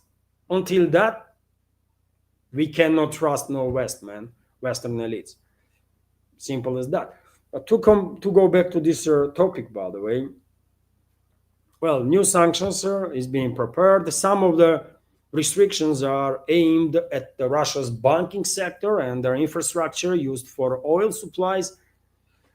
Last week, Kyiv regime asked the US to impose new sanctions, including disconnecting all Russian banks from their dollar system. Okay, continue to, and they might do it, man, right? Okay, we have dealt with their 30,000+ sanctions, or is anyone counting any longer how many sanctions are out there on Russia? Maybe it's over 50,000 now. I guess no one counts no more. And so yes, we have dealt with tens of thousands of sanctions, sir, and we will continue to do so quite successfully, man. That's what I will say on that. Vzglyad newspaper is also reporting that Washington is also discussing transferring Russian frozen assets to Kyiv regime. So U.S. authorities have begun discussing the possibility of transferring frozen Russian assets to support Kyiv regime, and have endorsed a similar initiative by the European Union. Reuters reports. So just like a week ago, we had different reports that Washington is sort of against it. Now they are for it. I mean, these flip-flops, man, unbelievable. But of course, US will steal Russian frozen assets too, or immobilized assets. European elites gonna steal whatever Russian assets are there in European jurisdictions, EU or London, and Americans gonna steal too, by the way. Whatever Russian assets are there, and I think I think Moscow will retaliate in that case and will confiscate Western assets here in Russia. And based on my calculations, by the way, there is around 300 billion plus Western assets here in Russia, including profits. Right, 300 plus billion, I think so. Right. Recently, Danish Prime Minister said that it's 200 billion Western assets in Russia, but he didn't count something. I believe it's around at least 280 billion, 290 billion. And if you add on top of that profits from these frozen assets, Russia is not stealing no profits, by the way. All Russia did is not allowing this Western side to take out the assets, right, from Russia, including profits. So this number is increasing of Western assets, right, because profits are there too. And that's why I'm saying, in reality, this number is 300 plus billion, I guess, and Moscow will confiscate it, most likely, to compensate Russian side. If West will go ahead, or let me say it this way, when West will go ahead and officially steal Russian assets, Russian investments in Western economies. That's it. And dear friends, I mean, still a lot of news, for God's sake, man. How long is this update? It's already 1.5 hours, right? Should I continue or should I join the chat, by the way, and we can have some, conversation. Let me give you a few more news, dear friends, sir. Let me give you a few more news, sir, and I will join chatter. Trump was also asked, dear friends, and question itself is so tricky, isn't it? What will Russia have to do for you to reschedule your meeting with Putin? Is if Russia is begging for a meeting, for God's sake? What kind of question is that? What Russia have to do to please you, and you will, come down to earth and have a meeting to Putin? What the hell, man? We don't give a fuck about Trump and his inner circle or anybody in his administration, man. Holy moly, man. Let me give you some shorter audio on that, man. That's what happens, by the way. When you are too polite to uncultured, uneducated, unliterate creatures, that's what happens. Those animals began thinking that they are actually someone that have some importance. Who the hell is freaking Trump, man? This dirty, filthy animal, man. Come on now. But you see how Western side is pointing topic now, or question that, what Russia has to do to please you so much that you will agree on a meeting with Putin. That's why I was saying it's a mistake, by the way. It's a mistake to be this freaking polite and diplomatic with their Western so-called elites and their puppets in regimes all over the West there. Because they began thinking that they are, someone extra, specials, extraordinaries and stuff like that, while they are just a filthy fucking animals, man. Right? Sorry for my French.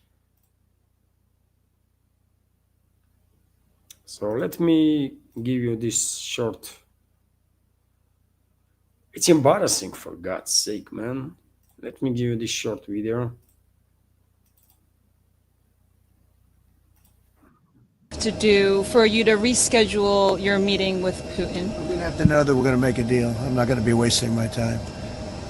I've always had a great relationship with Vladimir Putin, but this has been very disappointing. I thought this would have gone long before peace in the Middle East.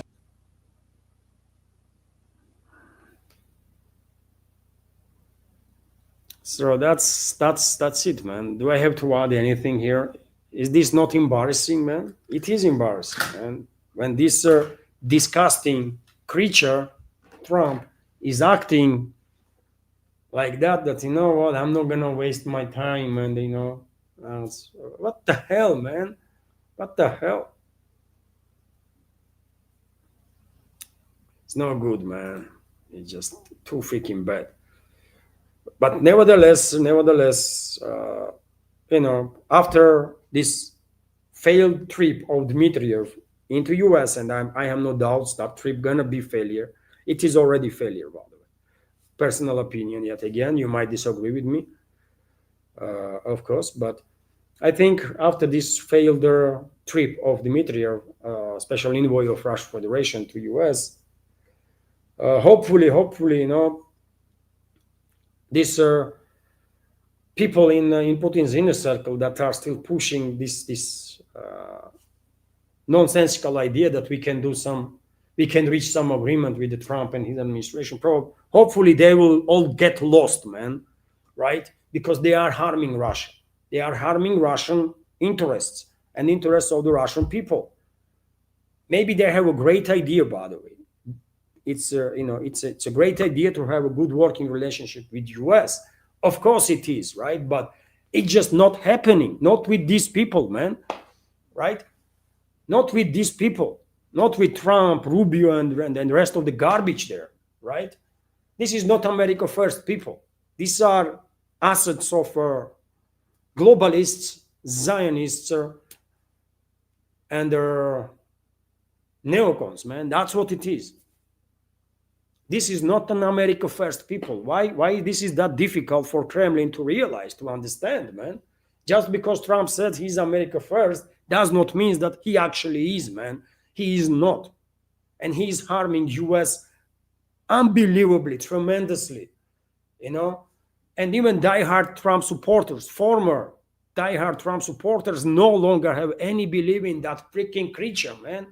And here in Moscow, in Kremlin, some people still are optimistic, which is insane, man. Absolutely insane. Hopefully, after this failed trip of Dmitriev to US, Moscow will drastically change its attitude, man. I hope so, because this is embarrassing when this motherfucking animal, sorry for my French, but this filthy animal, Trump, is acting like he's a freaking boss, man, when he is nobody, right?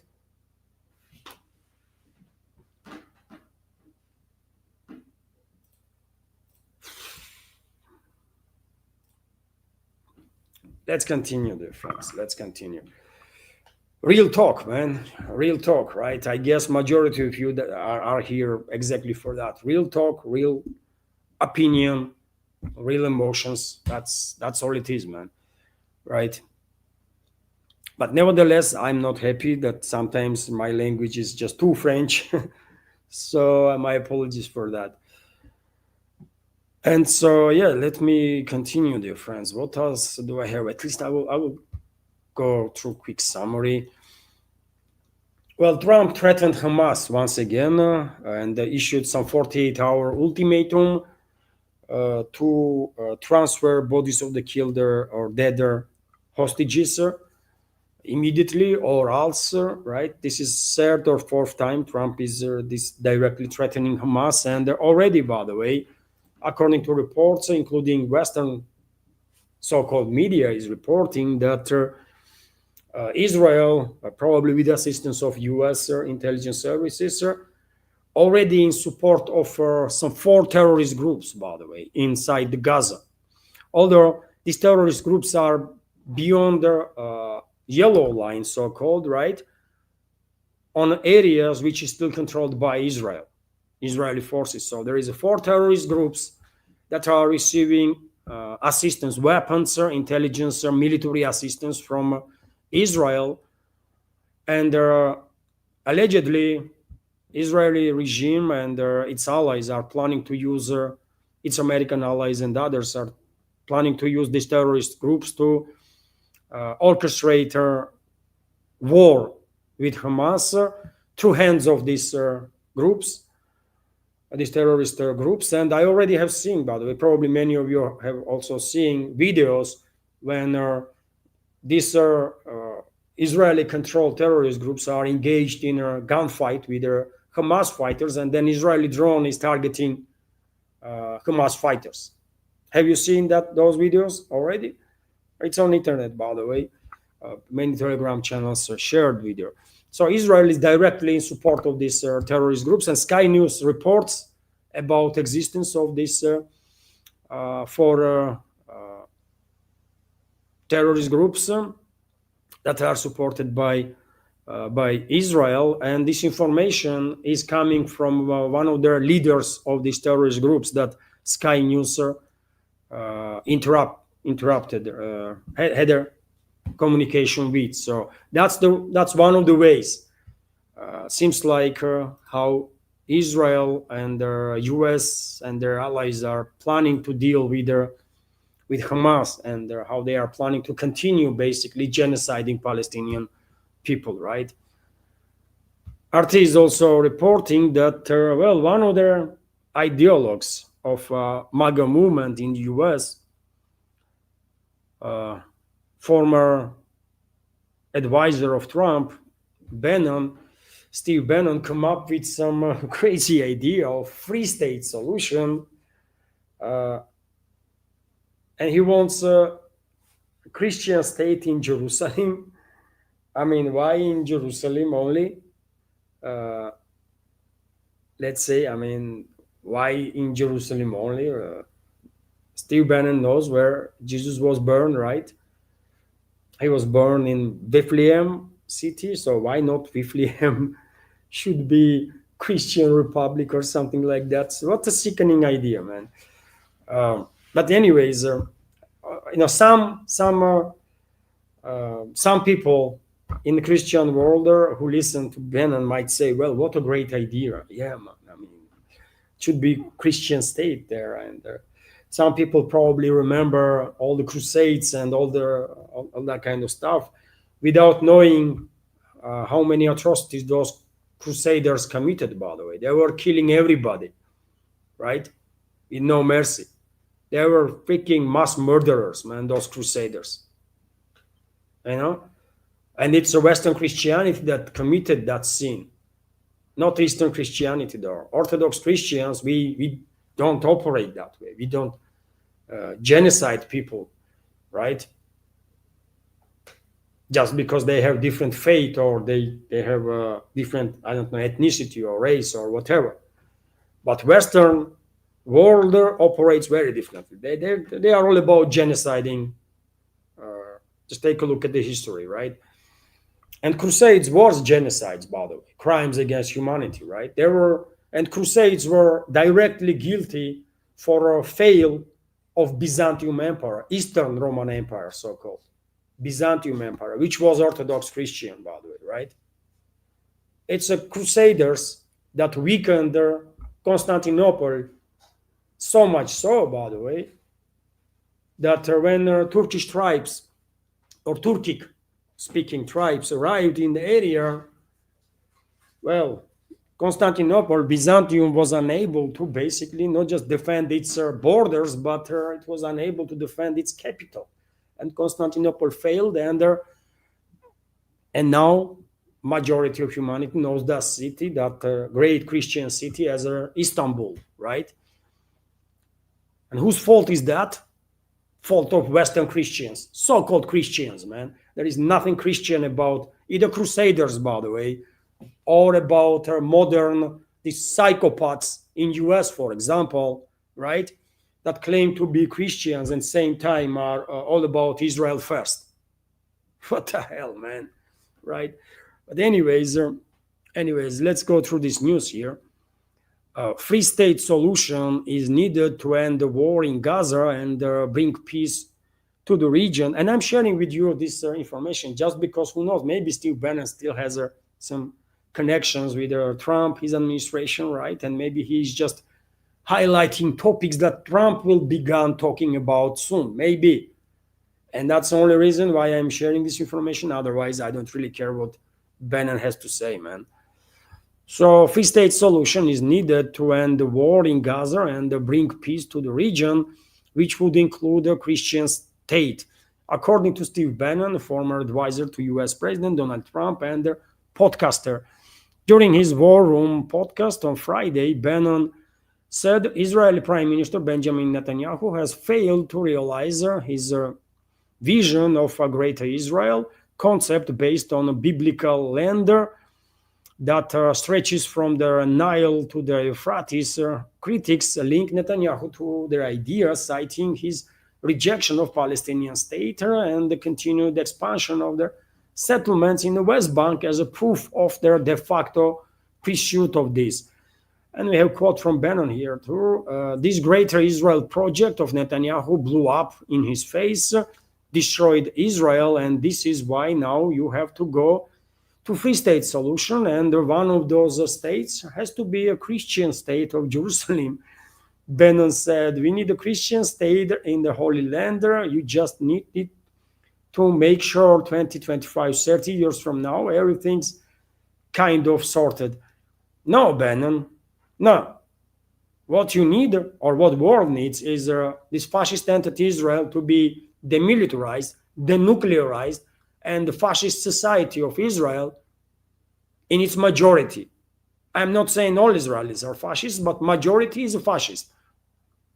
And those fascists have to undergo the Nazification programs. That's the first step that needs to be done if we actually want, we as a humanity actually want sustainable peace in the Middle East, right? And if that will happen, then they can be two-state solutions, right? They can be confederation of Palestinians and Israelis. Okay, they can be one-state solution, confederation, when everyone has similar rights and everyone is respected. It could be two-state solutions, right? Demilitarize and denazify Israel with respect Palestinians then. That's it. That's the way to go. But first of all, you need to demilitarize fascist Israel, this fascist entity, and denazify Israelis, right? Majority of them. That's the way to go forward. And when it comes to Christians, by the way, Christians never had no issues, by the way, right? In Palestine. And one should keep in mind that Palestinians are one of the oldest Christians out there, right? Palestinians are first Christians, one might even argue, among a few other peoples, right? From that particular region. And by the way, Palestinians protect with their absolutely greatly all the Christian holy sites that you can see in the West Bank, for example. You know, Palestinians could destroy, or Arabs, by the way, for that matter, or even Turks, by the way, when they were in control, they could destroy all Christian sites all over the Holy Land, right? Including in Jerusalem. But they did not. They did not. So I don't think there is any need for a Christian state in Jerusalem or anywhere else there, right? This land belongs to Palestinians, man. That's it. And among Palestinians, some are Muslims, some are Christians, some are Jews, by the way, right? And God bless them all, man. But it's a land of Palestinians, and it have to be Palestine. You know, it's a 21st century, and this cycle is talking about creating not a secular country, but Christian republic. What the hell are you talking about? They are critical of a number of Muslim countries for being theocratic, right? not secular, to have a influence, significant influence of religion and being theocratic and stuff. And same time, seems like some people among ideologues in the West are considering and openly talking about creating Christian Republic in Jerusalem. What a sick idea, man! This is unbelievable. It's a land of Palestinians, and let them have a state, and they will respect, they will live in peace once Israel is demilitarized and denazified, and they will live in peace, and they will protect all their holy sites, Christians, Jews, Muslims, everyone, by the way. There might be some, I'm not sure, but there might be some Buddhist holy site too on Holy Land, and they will protect that also, right? I have no doubts about it. And we should never forget, by the way, that Arabs, Semites, by the way, are oldest Christians out there, right? I'm a Georgian Orthodox Christian. Georgia is was one of the first kingdoms that become a Christian, by the way, in 337 years after Jesus was born, right? And the Georgian Orthodox Church is one of the oldest Orthodox churches, right? But nevertheless, by the way, we are not the first, not the second, not the third. Semites are first, second, third Semite people, Christians, when it comes to spread of Christianity, right? And now Western world is acting as if Christianity is some sort of a Western religion or some strictly Western phenomenon. No, man, no. Anyways, crazy idea, by the way. Crazy idea. Create a Christian state of Jerusalem. This guy is even more crazy than I was thinking, man. He's right. Dear friends, yesterday I did share information that while all this stuff is happening, US is deploying aircraft carrier to the Caribbean, Gerald Ford, and well, you tell me why they need a Gerald Ford to kill people on the boats, man, on the fishing boats. Of course, they need this aircraft carrier for strikes on Venezuela, potentially even on Colombia, because relationships between US and Colombia are deteriorating literally on daily basis, right? But first of all, of course, it's Venezuela, and it's at this point, it seems like there is no force in this world that can stop this criminal regime in Washington to start another war. And therefore, Venezuelan people should, brace for impact. They're going to be attacked very soon. U.S. already has quite a larger strike group in the Caribbean, and now aircraft carrier with its support vessels going there. It's a lot of force, right? Probably some more vessels will join soon. Nothing to be said about U.S. military grouping on Puerto Rico and so on, right? So Venezuelan people should get ready, by the way. If they will fight, they will. I'm quite sure they will receive support one way or another, but they will receive support from all over the world. But if they will decide that they're not going to fight, they're going to allow US to walk all over the country, then okay, it's their lives, their country, their decision. So in any ways, we will find out. But if they're going to fight, there is no way US can defeat them. I'm quite sure about it. Also, somewhat interesting news is coming from Ireland, dear friends, that alleged critic of EU and NATO has been presidential elections. So independent candidate Catherine Connolly, a long-time advocate of Irish military neutrality and a critic of NATO's expansion and the EU militarization, has won Ireland's presidential election in landslide. The ballot count was still underway when Connolly's main rival had her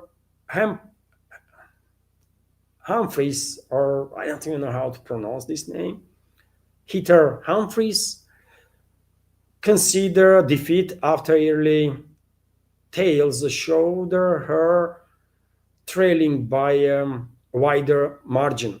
Preliminary results put Connolly ahead by 63% to 29%, so it is landslide victory. Catherine will be president for all of us, and she will be my president, Humphreys told the journalist. Irish Prime Minister Michael Martin also formally congratulated Connolly on what he said there will be a very comprehensive election victory. Although an independent, the 68-year-old former Galway mayor was supported by major left-wing parties, including Sinn Féin and the Labour. Oh, really? Sinn Féin supported it. Sinn Féin is, of course, the French political wing sort of Irish IRA, Irish Republican Army. That's the interpretation, isn't it, of IRA? And there is also a new IRA, isn't it, in Northern Ireland. But anyways, she was supported by Sinn Féin too, quite interesting. Connolly's success was largely being attributed to computing the youth vote, effectively outreach and their social media presence, and their growing anger over Ireland's housing and the cost of living crisis. So, okay, I mean, let's hope these elections will benefit people of Ireland, right? Ordinary people of Ireland. And that's all I have to say, dear friends. I have no idea who this person is, how she's EU skeptic or NATO critic. We will find out. We will find out. Some people were thinking that Giorgio Meloni of Italy was a EU skeptic, right, and NATO critic. And in very first 24 hours that she was in office of prime minister, she changed the colors, isn't it? In first 24 hours, it did not take longer than a day. She changed the colors. So therefore, I'm not inclined to trust any reports about anything really, right? We need facts. So let's see how she will act. By the way, a few more news. Kamala Harris, U.S. Democrat, is hinting that she could run for president again. Former U.S. Vice President Kamala Harris indicated that she might make another bid for presidency despite her 2024 election defeat to Donald Trump. Okay, I don't really have much to say about it. Neither I care. It's a kind of it's supposed to be depressing though for Democrats in U.S. that they truly don't really have a candidate that will actually gain,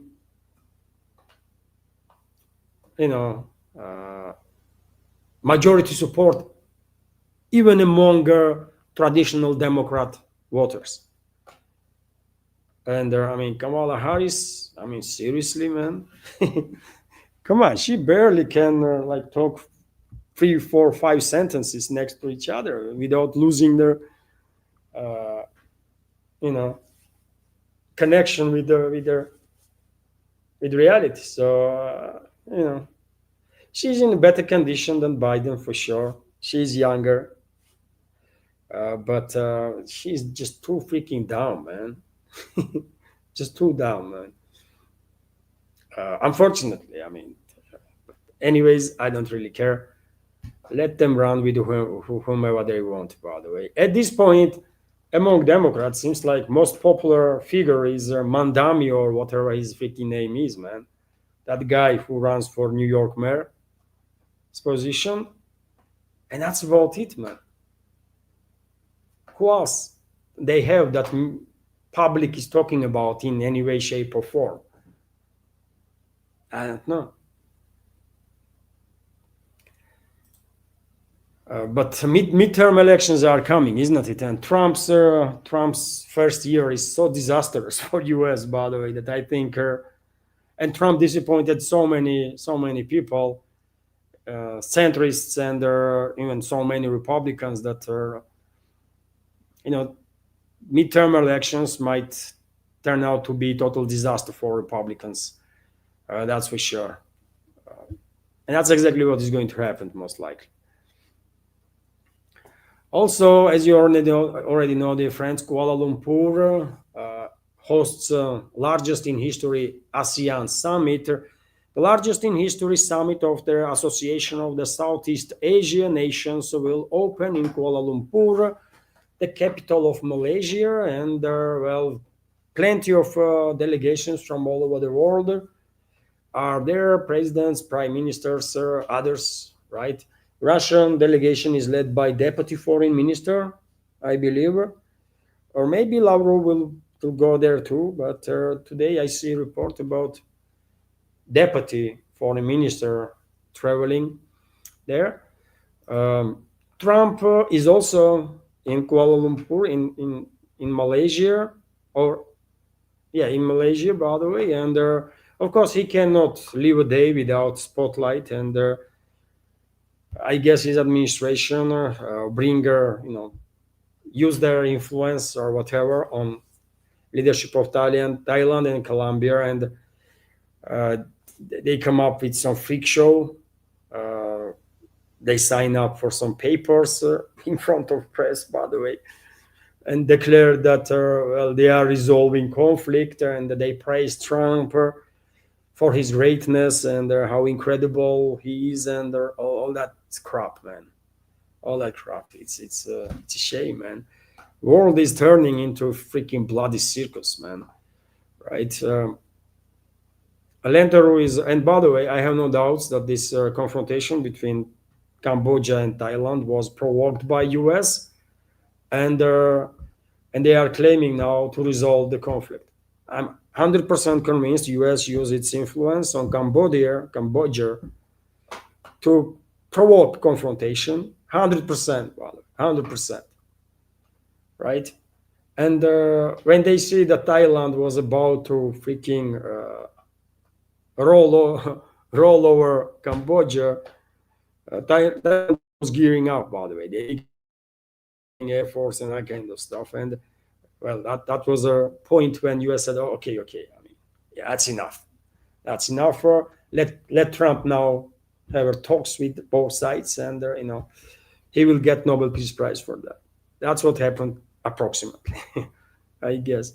But this is embarrassing. This should be embarrassing, by the way, for both countries. I mean, Cambodia is run by morons, I understand, as far as I can tell. Maybe Thailand too, right? But Thailand is more serious country, supposed to be at least. And to act for Trump's freak show, man, to send delegations and sign up for some papers that we are ending the hostilities. You are not killing each other or not shelling each other already like 2 months, right? And you are signing this freaking paper now. What the hell, man?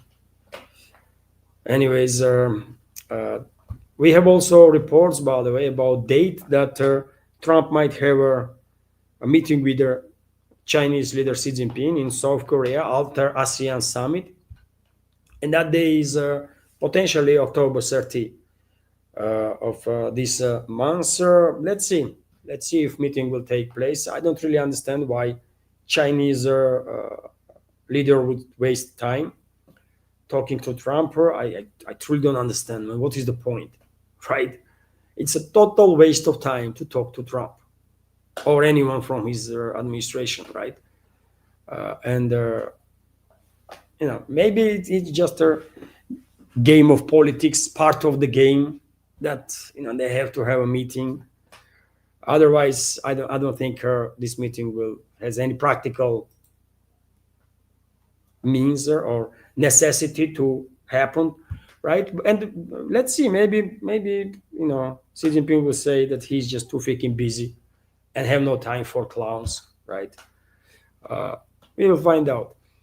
Meanwhile, U.S., according to Marco Rubio, does not intend to give up support for Taiwan in exchange for a trade deal with China.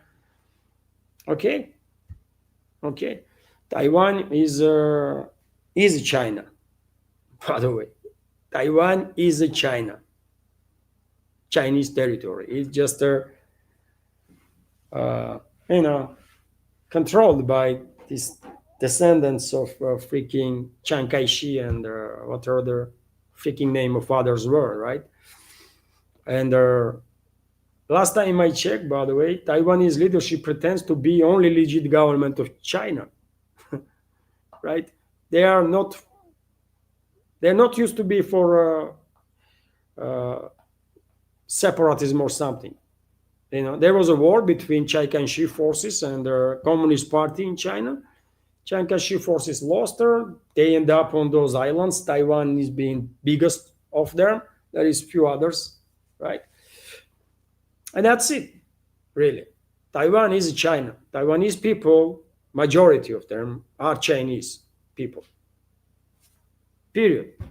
And the reunification will happen one way or another. And U.S. is, what U.S. thinks about it is just freaking irrelevant, right? Reunification of Chinese from Taiwan and Chinese from mainland China is just inevitable, period. Meanwhile, interesting news, by the way, that German companies allegedly are handing over some secrets to China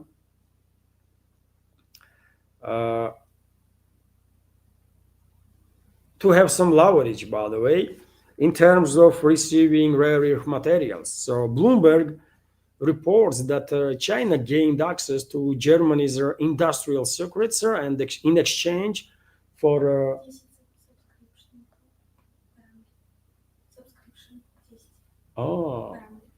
окей. Can you, доча, знаешь что, ты можешь скрин сделать одной просто?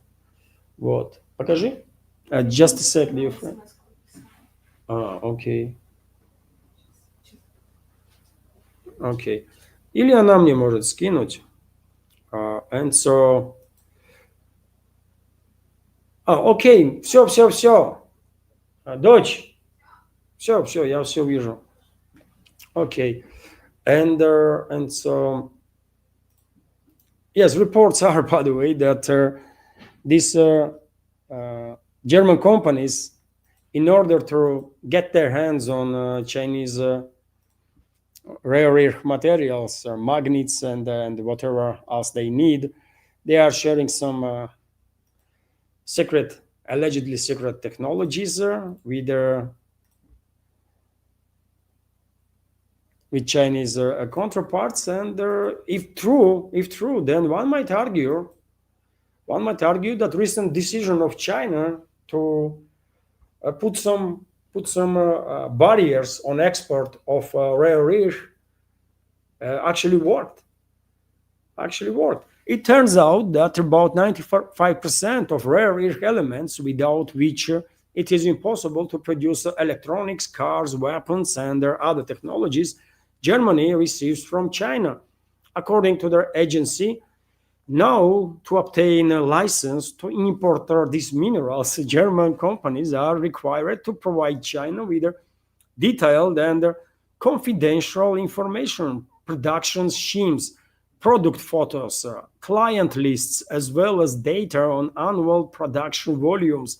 Companies are forced to comply with the new requirements, effectively revealing their trade secrets to Beijing. Well, that's wow.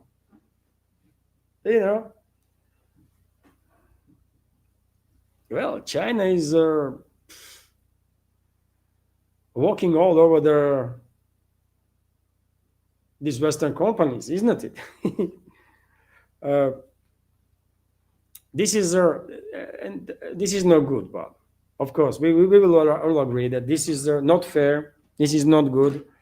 this is unfair competition on Chinese side, but that's exactly what West does too. All West does is engaged in unfair competition. In whichever economy they are going in, they are suppressing local everything, right, to dominate on the market. And China learned these tricks from the West, and they are deploying now. They are beating basically Western economies in their own games. That's what is happening. But generally speaking, I mean, this is not okay, man. This is not fair, right? But yet again, there was no fair play anyways in world economy, right? Look on these 30,000 plus illegal, absolutely illegal sanctions on Russia, by the way. How it is the US's business, which companies will buy oil from Russia or not. US is using its force, its leverage over certain countries, right, to force them to do whatever they want, isn't it? So how Chinese policy is any different from that? You know, there was never fair play in geopolitics, right, or in global economy, and now just if before it was only West that was behaving this way, well, now China is strong enough, by the way, to say, you know what, I can play this game too, and I can actually beat you in this game. So bring it on. And they are beating the West, by the way, Western economies in their own game. And to confirm this, I give you a few more news, dear friends. Italy's industry is shrinking, for example. And of course, one of the reasons is the crazy policies, anti-Italian policies of the Italian leadership, right? These globalist hacks, basically, that are being put in charge of Italy and other countries in Europe. So during their tenure of Italian Prime Minister Giorgio Meloni, production in the country has plummeted by 7%, according to RIA Novosti's analysis of the data from Italian ministers and the country's statistics service. In their 3 quarters before she took power, Italy's GDP grew at an average rate of 4.6% per quarter. This rate then slowed to more modest 1 to 3% and eventually fell below 1%. Over the past 9 quarters, the economy has grown at an average rate of 0.5%. That means Italy is in recession, by the way. 0.5%, if you keep in mind all the manipulations with numbers that these local state institutions are doing constantly in the West, by the way. 0.5% means Italy's economy is in a recession. Not in a technical recession, in a recession, actual recession, right? As it is in case of German economy, as this case in French economy, as this case in British economy. But that's how it is. They are manipulating with numbers to maintain like plus number, plus 0.5, plus 0.3, plus 0. Whatever. In some cases, plus 1% for GDP, but this is all fake numbers. All these major economies in Europe are in recession. RT is also reporting that key rating agency slashes France's credit outlook. What a surprise. Moody's credit rating agency has revised France's outlook from stable to negative, citing political fragmentation, which it warned could cripple the country's ability to address key policy challenges. And, well, this is not the first time we are receiving some news about crisis in France, crisis in French economy included, not just political crisis, social crisis, but also economical crisis. And as I said, French economy is in a recession. And France is EU's second largest economy, still, formally at least, and has struggled to rein in spending as a debt hovers around 115% of GDP, and persistent political turbulence, and it's not just political turbulence. France was spending for years and years and years on end more money that it was making, actually, right? And that's from where this 150% of debt of 150% or 15% of GDP is coming from. And soon France will pay to service this debt more than it can afford. I give it another 3 to 5 years, and France actually may end up on the edge of bankruptcy or default, if not earlier than that. So that's what is happening. And why is that? Because of the crazy policies, right? Crazy policies of the local governments. And also, dear friends, when it comes to craziness in the politics, Trump wake up seems like very angry yesterday, right? He once again spoke about Canadians that dare to use Reagan's video or Reagan's speech to highlight that tariffs are actually bad. And you think what Trump did? he slashed on Canada additional 10% tariffs on top of whatever tariffs already was introduced for Canada, right? He just like that, talk 10% tariffs on top of existing, I don't know how much is, like 25, 35, whatever the number is, by the way. American companies basically will pay 10% more whenever they will buy something or bring something from Canada into US. This is tax on American companies and American consumers in reality. Canadian companies that sell goods to America, they will care also, of course, because they're going to sell less, because their goods, their services become, like more expensive. But nevertheless, these tariffs still are tax on Americans, American businesses and American consumers, right? And who knows in which mood Trump will wake up tomorrow, and what kind of tariffs he will put on Mexico, for example. He might say that, what, sun is not hot enough. It's all Mexico's fault because they are taking all sunlight. So let's put some, like, another 15% tariff on Mexico too, why not? So yes, that's the world we are living, dear friends. Crazy, crazy world, isn't it? Yeah, this is it for a news segment for now. And dear friends, now let me highlight.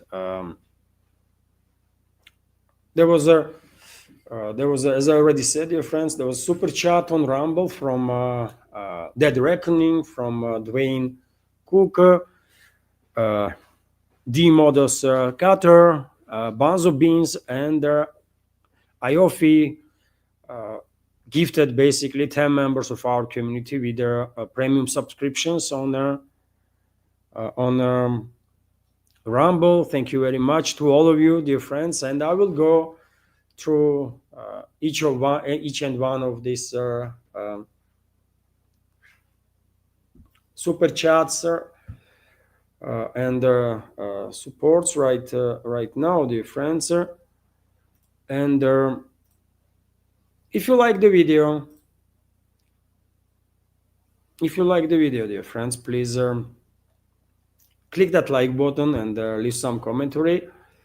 I did try to be informative, and there was a lot of news, isn't it?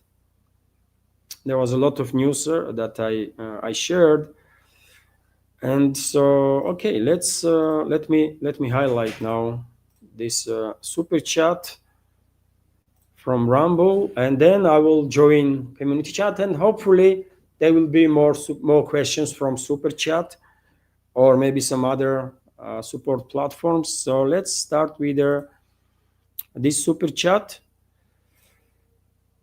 from D Modus Cutter. Thanks for your hard work. D Modus Cutter is commenting. Thank you very much. for your support and kind words, attention. Thank you. Also, dear friends, let me highlight another super chat.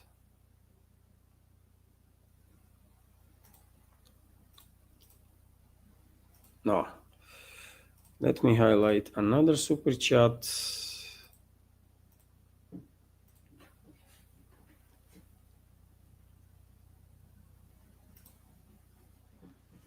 Dead Reckoning, thank you very much for your $5 donation, and the super chat on Rumble. And a comment from Dead Reckoning is, I wonder if you could talk about religion in Russia, Ukraine. My understanding is that it was suppressed during Soviet times. Zelensky has outlawed the church, but I want to understand more about this. Well, in Soviet Union, yes, I mean, Bolsheviks, communists, they were pushing for atheism, right? They were pushing for atheism, and very many churches, by the way, were destroyed.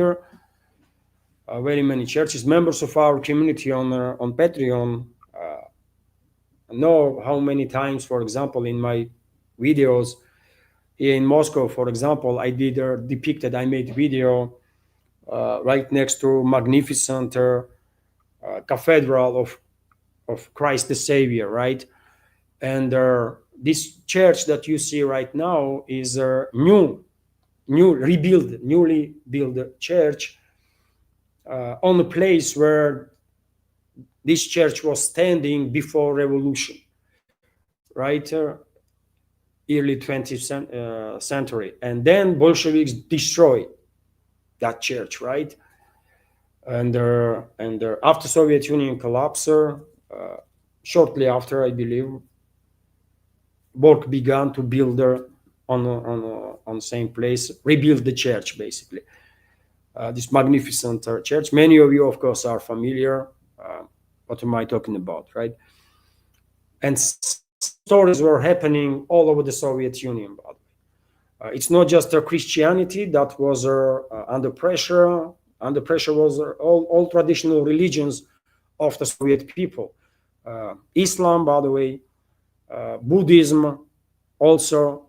Many people might don't know that Buddhism is a traditional religion for Russia too, because we have a few regions, several regions, by the way, here in Russia where Buddhism is a traditional religion. Kalmykia, for example, maybe you have heard about Kalmykia, for example. I believe there are quite a few others too, right? That Buddhism is our main religion there. So yes, unfortunately, during the Soviet Union, religion was suppressed. Christianity and other religions too. I can give you an example from my personal life, by the way.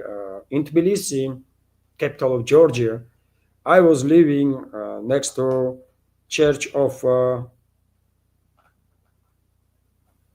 Святого Николая. How you say in English? Saint Nicholas, right?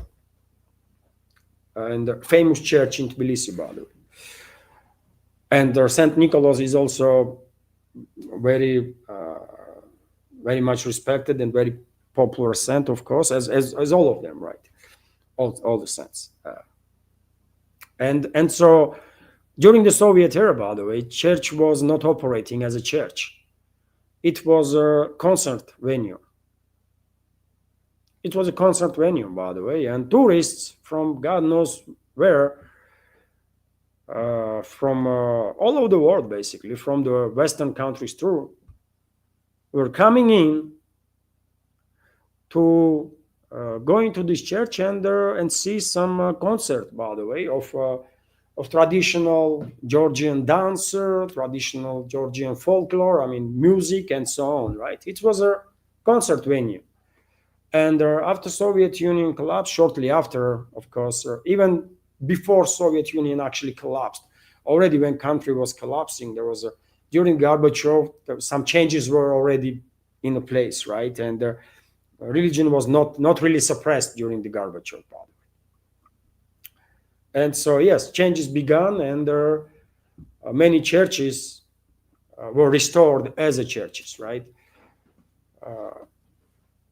So I know that firsthand because, as I said, I grew up literally next to the church, right? So I know what am I talking about. So yeah, that's how it was.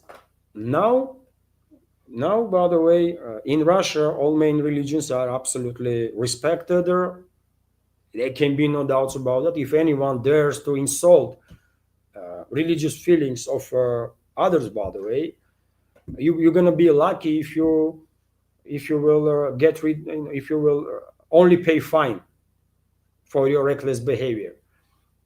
You might actually, spend some time behind the bars. So religion is absolutely protected. We are talking about fundamental religions, main religions, right? We are not talking about some sects and some crazies there. We are talking about fundamental religions. So in Russia, it's absolutely protected. In Kiev-controlled territory, it's a different story, by the way. Orthodox Christianity is suppressed there. CIA, basically Western elites, they literally created from thin air, by the way,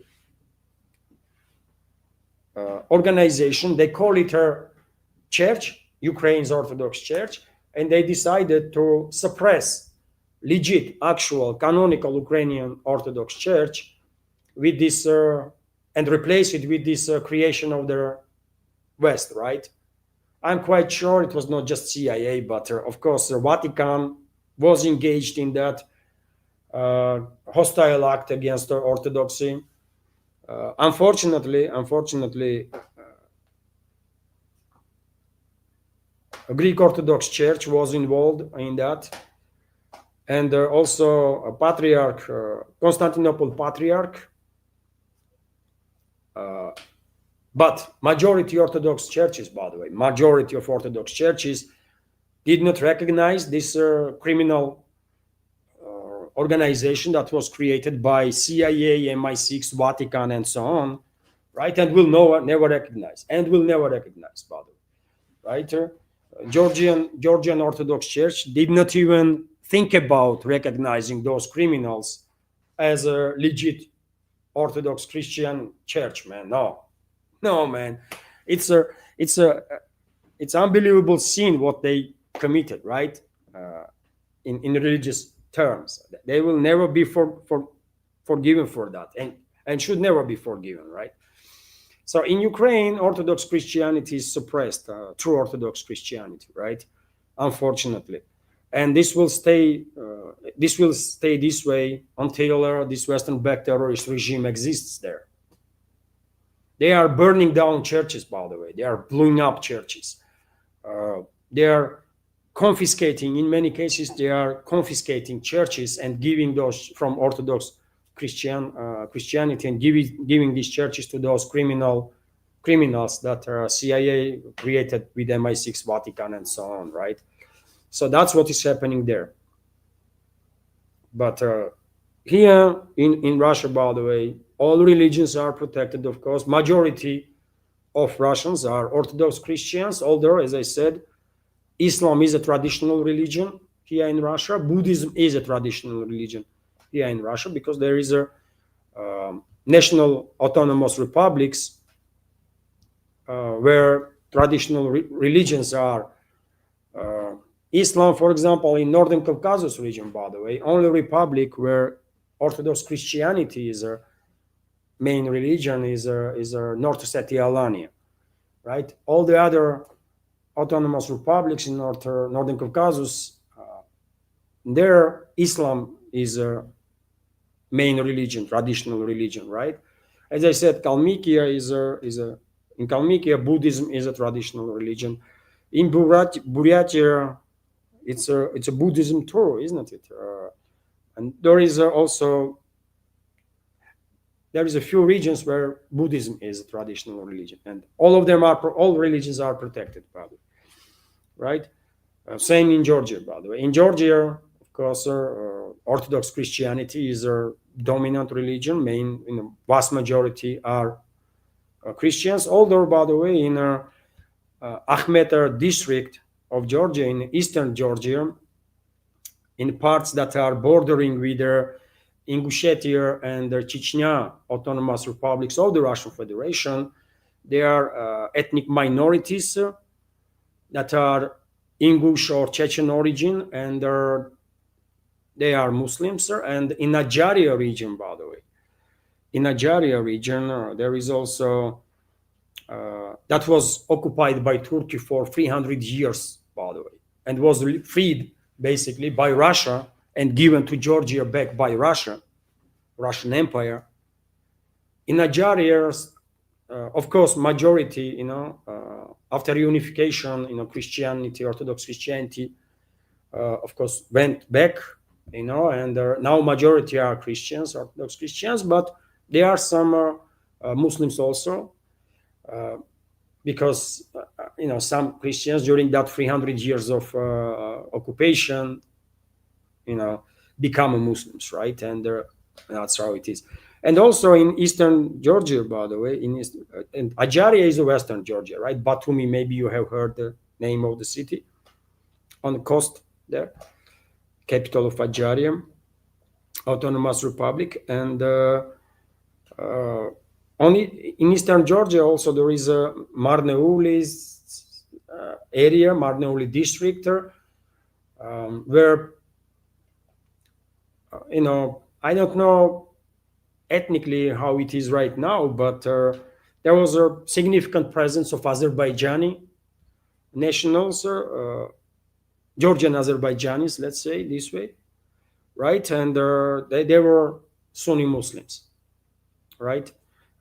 Azerbaijanis from Azerbaijan are Shiite Muslims, but Georgian Azerbaijanis were Sunni Muslims, majority we are talking about, right? So, and all the religions, by the way, are protected, and they're and of course,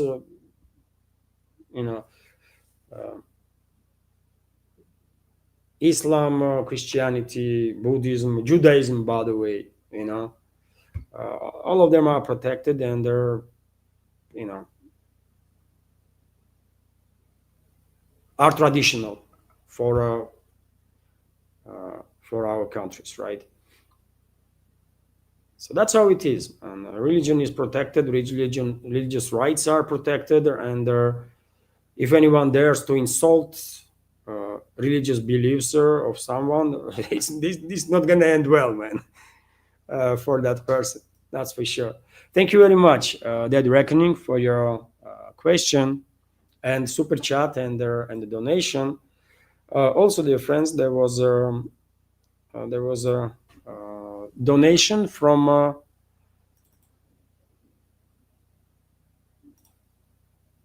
Dwayne Cook. Thank you very much, Dwayne, for your super chat on Rumble and their $10 donation. And commentary from Dwayne is, Levan, is it true the UK has decided to not force the digital ID rollout? I respect the UK population for standing up to their tyrannical government. Best wishes to you and your family from New Zealand. Thank you very much for kind words, Dwayne, for your super chat and donation. And when it comes to UK, well, it was decision is made. I don't think British government will roll back on that. They will introduce digital IDs. It's matter of time only, and I think it's not just UK, by the way, but many countries will follow. I think many countries will follow because, of course, digital ID and the digitization of everything will make it much easier for elites to control, right? To have all sorts of control, by the way, everything. I mean, once there is a full digitization of everything, IDs included, and all this stuff is integrated with each other, you might not be able to even buy a pack of, I don't know, cigarette in in a store if if you are not fully digitized, let's say, right? So it's a great deal of control, of course, this digitization is bringing. It might be comfortable for many people because you will operate without even any need for bank cards that we use right now, or stuff like that.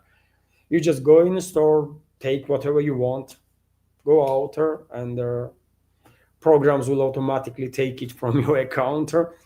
But yes, it all depends how this digitization process will be used, isn't it?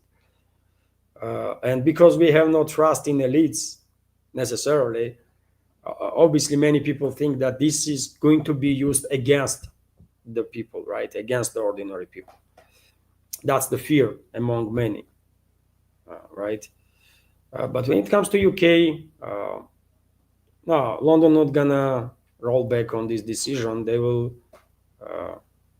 implement digital IDs, and not just them. The process is just beginning, right? That's my understanding. Also, dear friends, there was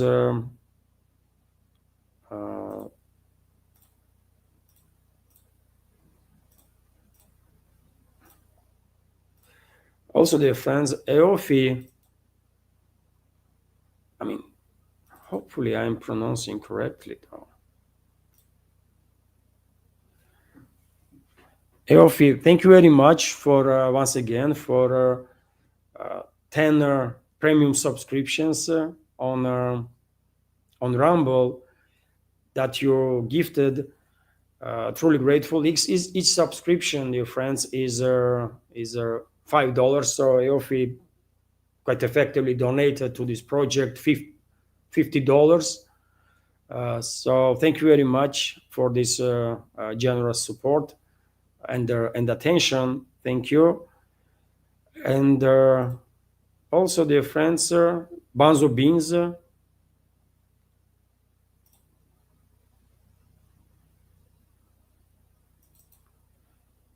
Banzo Beans donated to the project.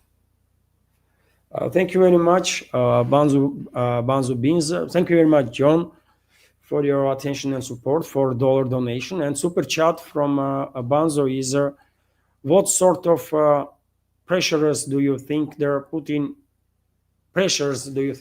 inner circle is from Russian special interest groups to do everything possible to keep relations with the US alive as much as possible? Sort of. Well, I mean, I don't really know much about Putin's inner circle, right? What I have heard is that Dmitriev, for example, allegedly, Kirill Dmitriev, who is a special envoy of Putin, allegedly is connected somehow. I mean, I'm not even gonna go in that way because I am just not sure, and I don't want to, end up in a situation when I'm sharing some incorrect information. But they are rumors, right? They are rumors, by the way. Well, I think main driving force, John, behind this this attempt of Moscow to somehow do some reach some agreement with Washington. Main idea behind this is that this will actually be beneficial for both sides, right? And I guess Putin and his inner circle actually believe that this is possible. This is not necessarily about business and business interests. This is about geopolitics more, right? Because if we are talking about foreseeable future, separately, neither Russia, neither US will manage to be in a position we will prefer, for example, right? While if we are cooperating, US, Russia, number of other countries, we might actually have a little better position in terms of maintaining certain system in this world, right? Let's say to keep China in check, for example. That's good enough reason, isn't it? I think. So I don't think it's necessarily business that is a driving force behind this attempt of Moscow to somehow find some common ground with Washington. No, there is a much more serious stuff there that is going on, right? It's linked with geopolitics. It's linked with the stability of the world system that is being created right before our eyes, right? I mean, it seems like Russian leadership just too freaking advanced for American counterparts. You know, topics that Russian side is talking about is just too freaking difficult to digest for current administration in US. I guess, right? And for American ruling class in general, right? That is behind Trump's administration. Seems like they don't understand how serious their matter is. I think so. So that's how it is. When it comes to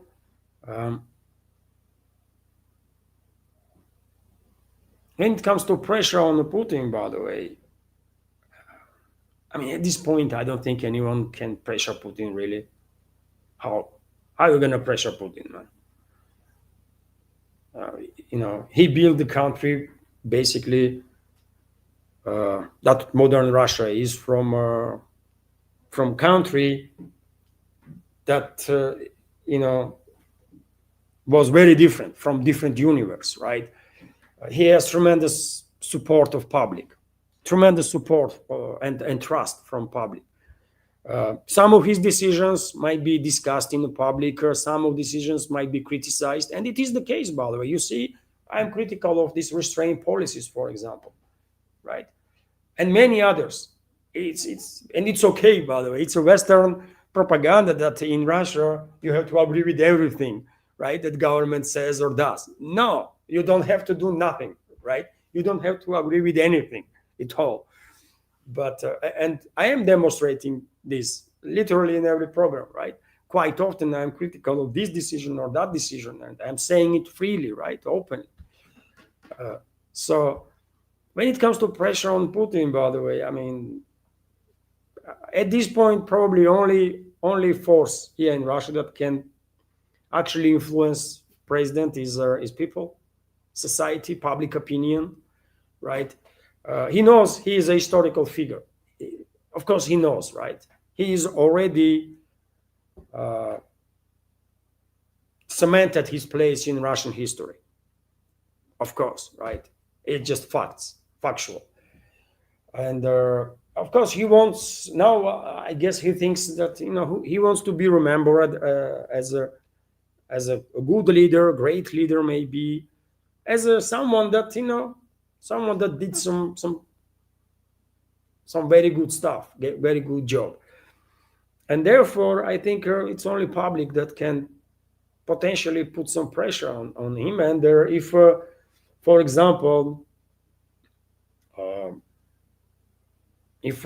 I don't know, some 100,000 people gathered in the central part of Moscow and demanded this freaking restraint policy to be canceled and forgotten, that might have influence. Maybe not, maybe yes, but when it comes to different interest groups, business interest groups or financial interest groups, I don't think they can actually influence Putin that much, because Putin deal with them when he started leading the country, right? He deal with oligarchs in the beginning of his career, and he finalized the situation then. Business is doing business, is not getting involved in the politics, right? It's not their business to do politics. They should look after economical stuff, and politics should be left for politicians, and that's how it is actually. Big business here in Russia not really that allowed in politics, not really welcomed in the politics, right? That's how it is, and I think only public can influence Putin, no other force. I honestly think so, because who can influence him, man? Oligarchs and stuff like that. He does not give a damn about oligarchs, man, right? Who can influence him? Only public. That's it, I guess. Thank you very much, John, for your question, for your super chat on Rumble, and the donation. And so yes, I highlighted all, I think. Oh, there is a donation from John right now.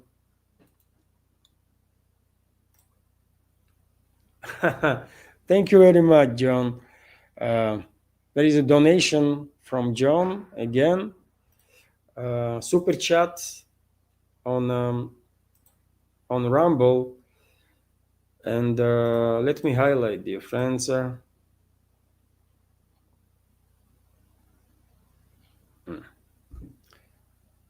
Let me highlight.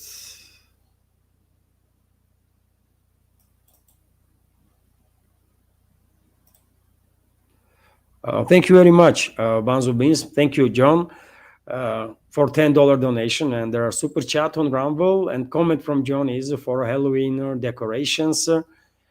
Thank you very much. Thank you. So, and dear friends, let me count. We reach 70, 75, $80 in terms of fundraising at this point, I guess. And for now, I highlighted all the donations, I believe, all the super chats, and therefore maybe there was something on the paper. I don't know if there was anything. Anya will send me a message, I guess, when she will have a time to check her.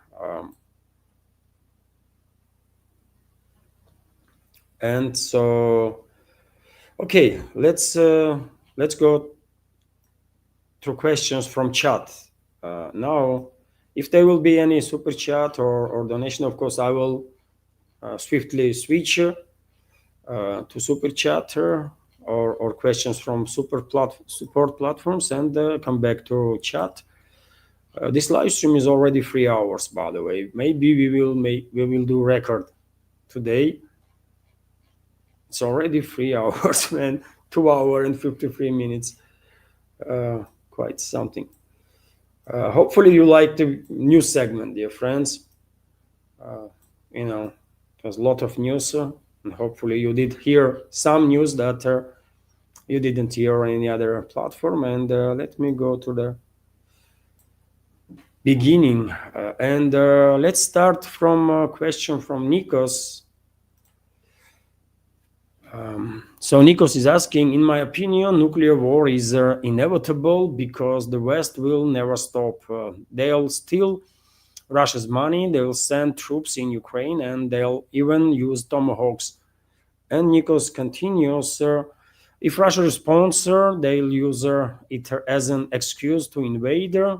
These peoples are bankrupt and they need Russia's resources, and if they don't get them, they'll end the war if they have to. You still think they are suicidal, Nikos, isn't it? And that's the difference. I will agree with almost everything, with the exception of 2 points. I still don't think they're going to be full-scale nuclear war. I don't think so. And I also have to disagree with you, Nikos, on the matter of this Western elites that you think seems like they are suicidal, and they will provoke full-scale nuclear war. I think they are not suicidal, and once they will realize that, well, Russia is no longer exercising this restraint, Russia is actually striking back. Well, at that point, probably Western elites will begin actually de-escalating, because they will choose life, their own life, over death, their own demise, right? I don't think they are suicidal. They are despicable individuals for sure, right? But I don't think they are suicidal.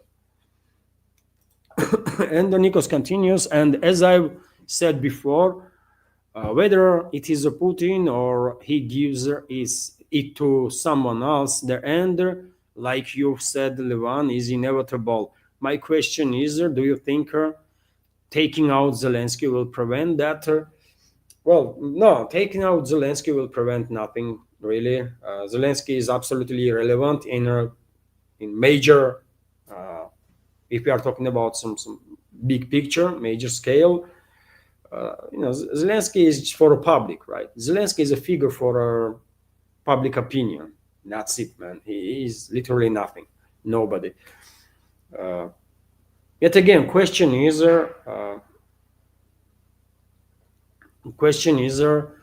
when Russian president will decide that enough is enough. This attempt to pull out US from this proxy war is not working. I think after this failed visit of Kirill Dmitriev to US, this realization will finally settle in to Kremlin. And after that, as the Russian president himself already said, and also Peskov, press spokesman of the Russian president, for our next phase of escalation, if collective West will dare to go ahead with it, Russia will retaliate overwhelmingly, but it does not mean that Russia will retaliate with nuclear weapons, with conventional means. Russia will retaliate with such a force and scale that Western elites most likely will realize that if they continue to escalate, it will not end well for them, literally, personally for them, right? And they will de-escalate.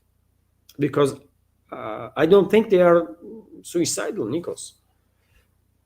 They have a best life they can have, right? They still think they are on top of the world, and they are living in their mansions or bunkers, maybe, God knows, right? Those globalists and whoever their decision maker is in the West. Why would they be suicidal? They will prefer to, de-escalate now. That's what they're thinking gonna be. Once Russia will retaliate and put them in their places, they will think, we tried now, did not work. Let's try in 20, 30, 50 years from now. That's what they're gonna do, man. That's what historically was happening, right? How many times European so-called elites come after Russia? Not necessarily for some political reasons, but for resources, for example. As you mentioned, globalists are desperate for Russian resources. Western elites are desperate for Russian resources. Of course they are, right? And how many times before Europeans tried to come after Russia, and they were always losing, right? And after every loss, probably they were saying, we tried, it did not work. Let's try in 20 years, in 50 years from now. I think in 20, 30 years, European part of Eurasian continent gonna be in a very dark place, by the way. They will try nothing, right? They will be desperate to survive, but I don't think globalists know that yet.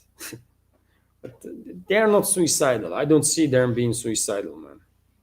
Everything they do is to prolong their existence, to prolong their relevance. And so there is no indicators that they will actually go ahead with their nuclear escalation with Russia, full-scale nuclear escalation. They might go ahead with their transformation of a Kiev regime into a nuclear-armed regime, right?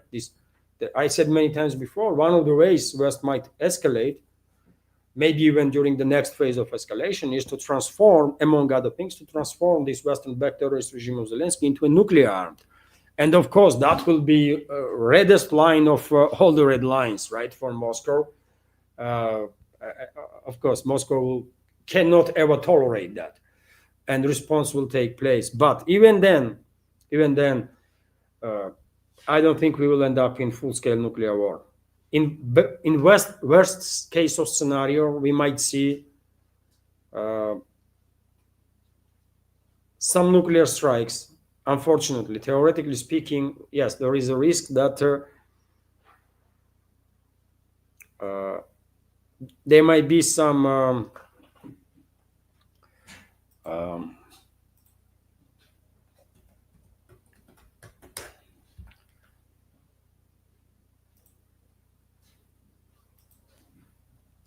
some nuclear exchange, right?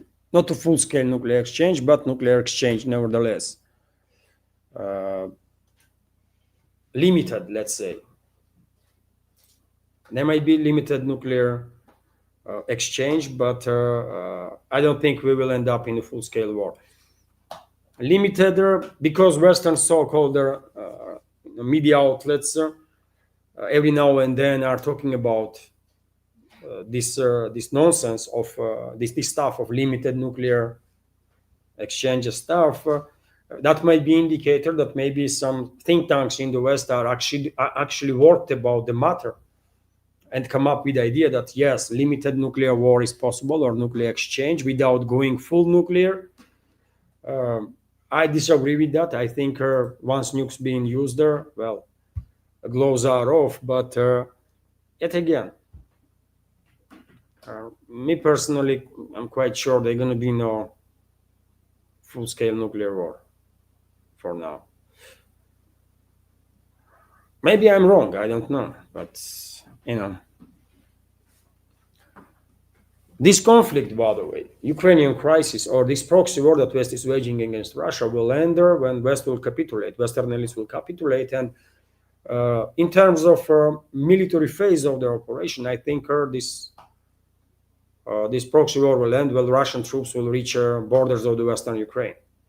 At this point, I don't think there is any even slight chances that Kiev and surrounding couple of regions will maintain statehood, some sort of a statehood on the political map. No. Things went just too far, way too far, and I think Russian troops will stop only when they will reach borders of the Western Ukraine. That's it.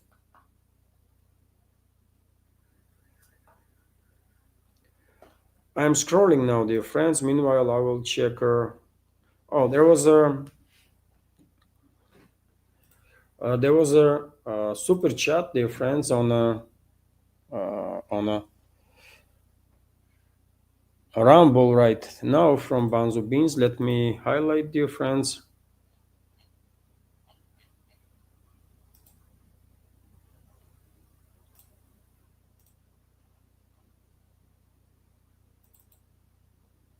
So,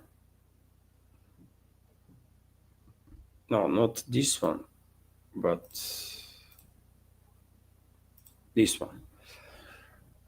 Thank you very much, John, for Banzo Beans for your super chat and dollar donation. And John is commenting digital ID, money, big complex topic, but Imho, we should focus more on how rather than yes, no. The specific technical implementations makes all the difference. Bitcoin and Cardano provides direction.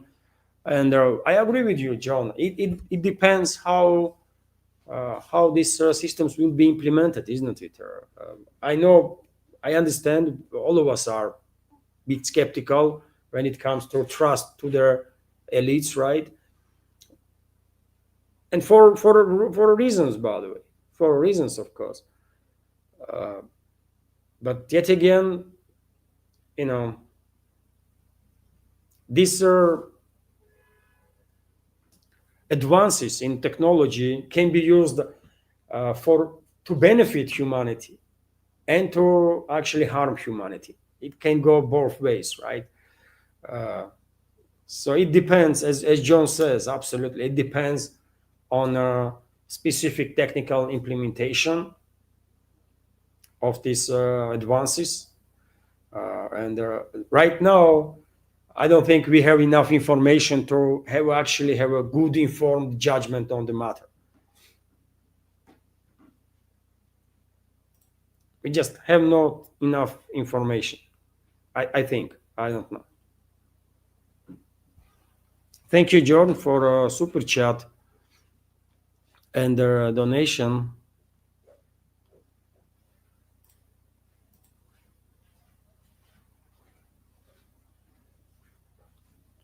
So it's already 3 hours. I think a record of our live streams was like 3.5 hours, something like that. And I'm a bit surprised. Whenever it's like 2 hours, I'm just almost like zombie already. It's 3 hours and I'm still here. I'm still here, kind of.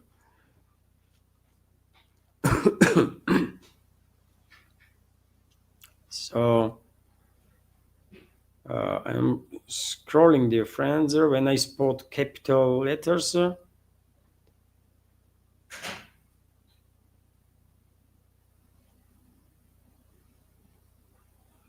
When I see, some capital letters, I will react.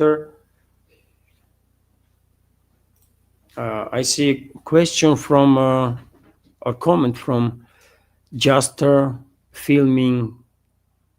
Really, just filming. Really, wait. If we have this tech, why can't we fly yet as people? I thought nuclear engines were massive. No, not necessarily. Nuclear material for generation of power, electricity, or other means. Usually, it's always through heat, right? Because radioactive materials have, they are active, right? There is active processes, physical processes there, and due to split of atoms or whatever, they are generating heat, and then this heat is transformed into something, right? Usually it's electricity, and already these nuclear sort of mini reactors were deployed in space, for example, in a number of space missions, right? To generate electricity through heat. And by the way, Voyager 1 and Voyager 2 also are using radioactive isotopes, isn't it? For to generate energy.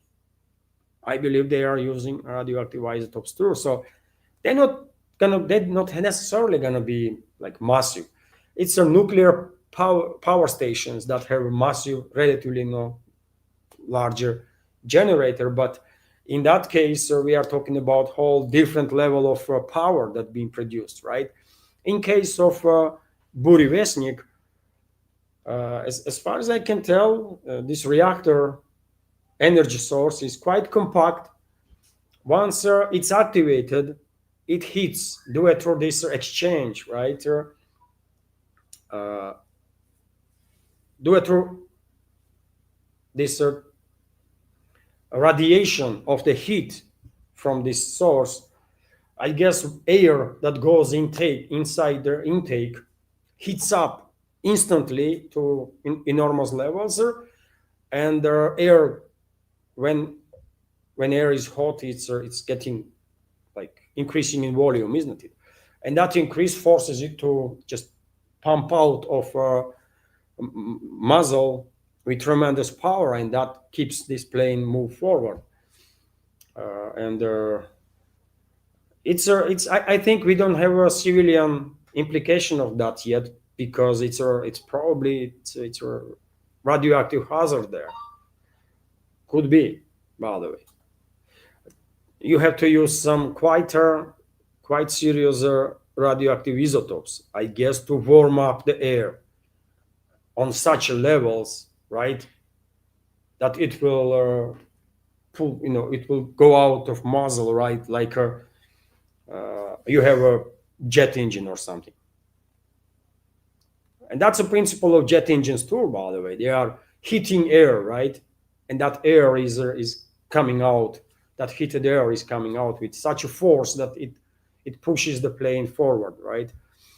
And yet again, this is just my reading of the situation. Of course, I have no freaking idea how that engine works, man. That's that nuclear power source.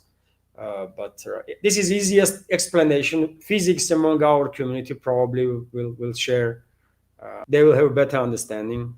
I'm not in physics, so and my knowledge is quite limited. So I think that's the way that engine works. It just warm ups the air to the such a level that air just bursts out of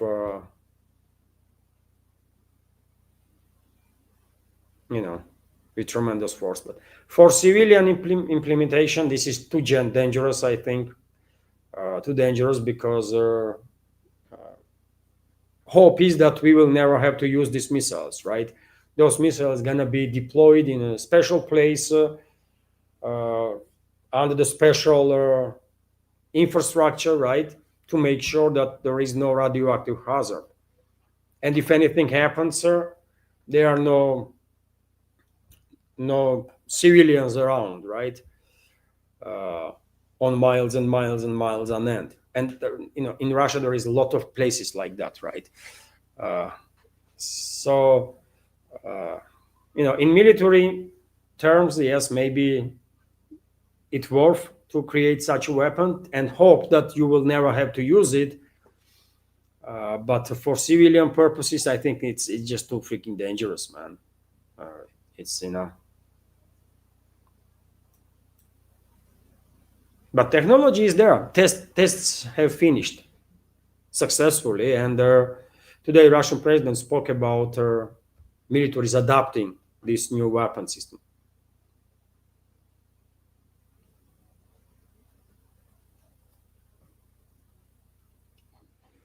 So I'm scrolling now, dear friends. I will scroll fast because really it's 3 hours plus. It's a quite lot, isn't it, dear friends? And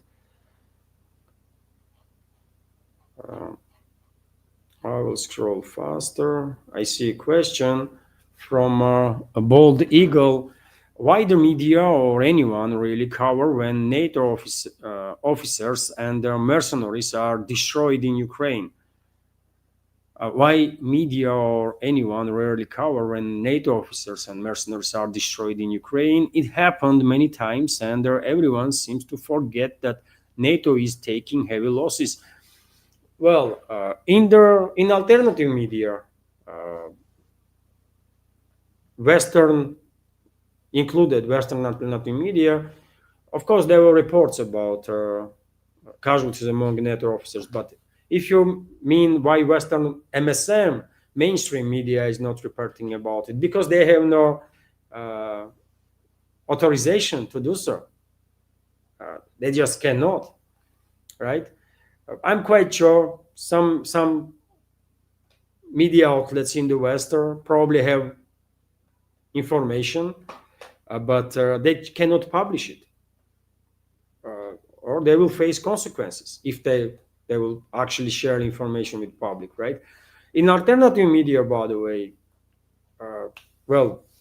many commentators quite freely expressing their opinions and sharing information whenever there is reports from the battlefield about casualties among NATO militaries. Just a couple of days ago, by the way, latest instance when I see a report here in Russia about NATO militaries being neutralized was literally a couple of days ago, when bunker, according to reports, command bunker of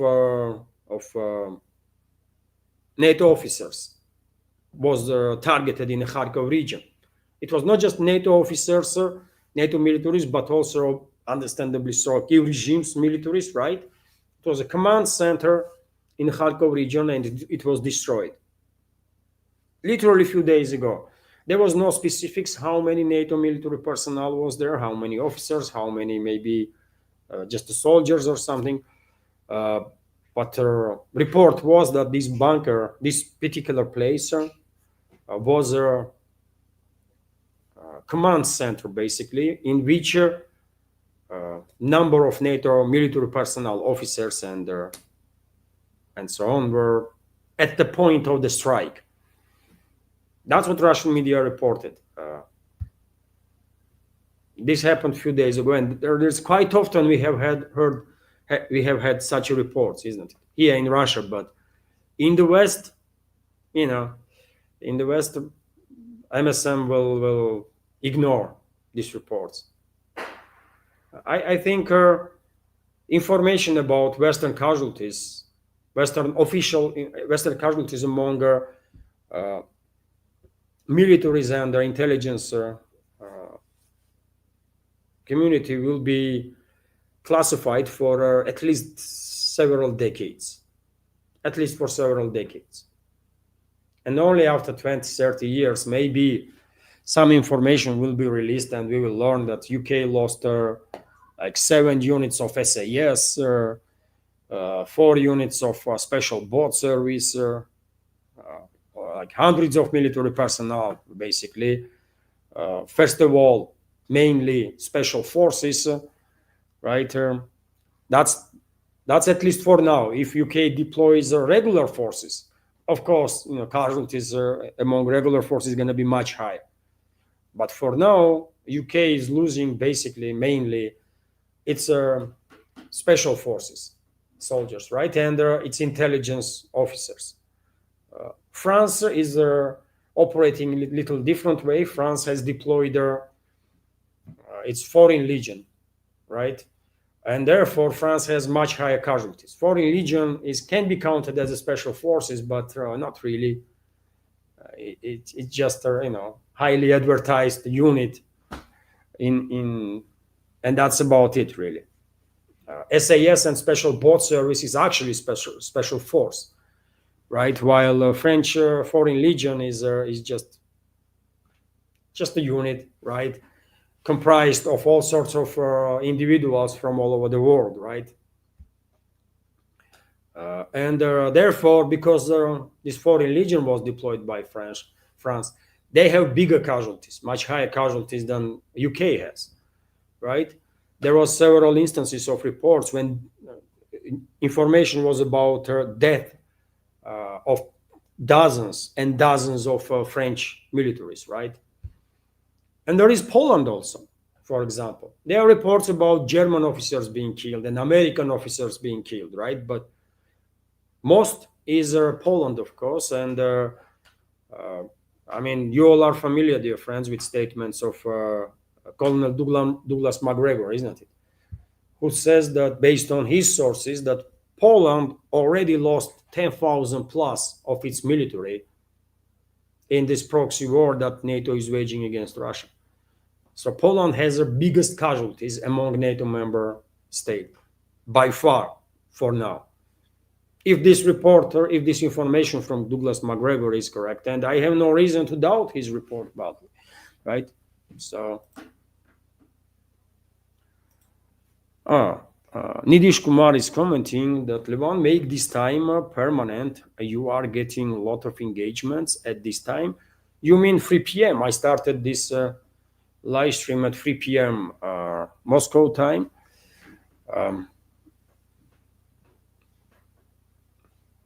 I will think about it.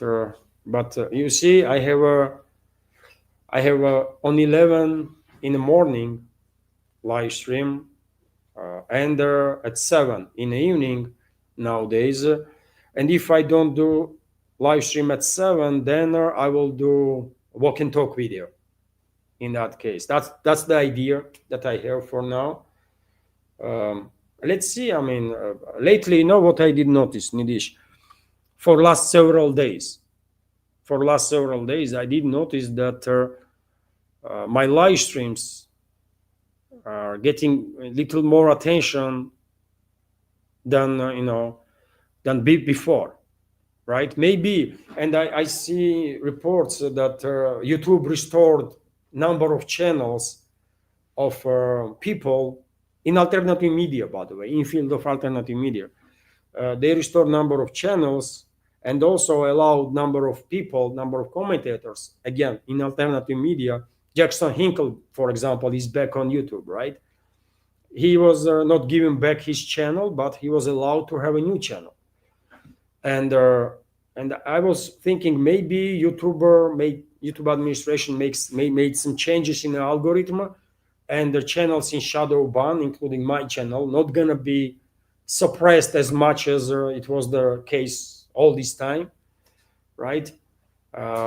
More time is needed. More time is needed. But today I did notice that at one point there was a 350, around 350 people on the live stream, right? Right now on YouTube, 181.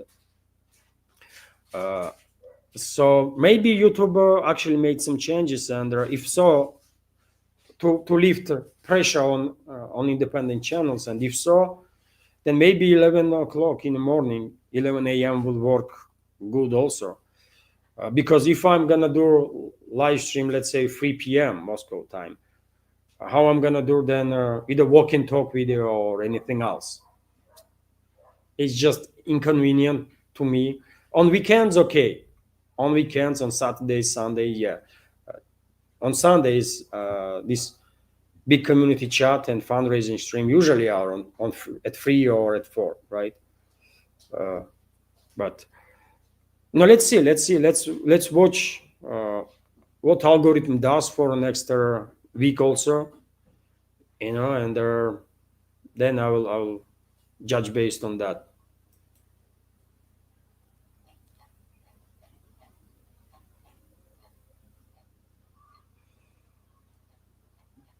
We definitely gonna have a record, by the way, today.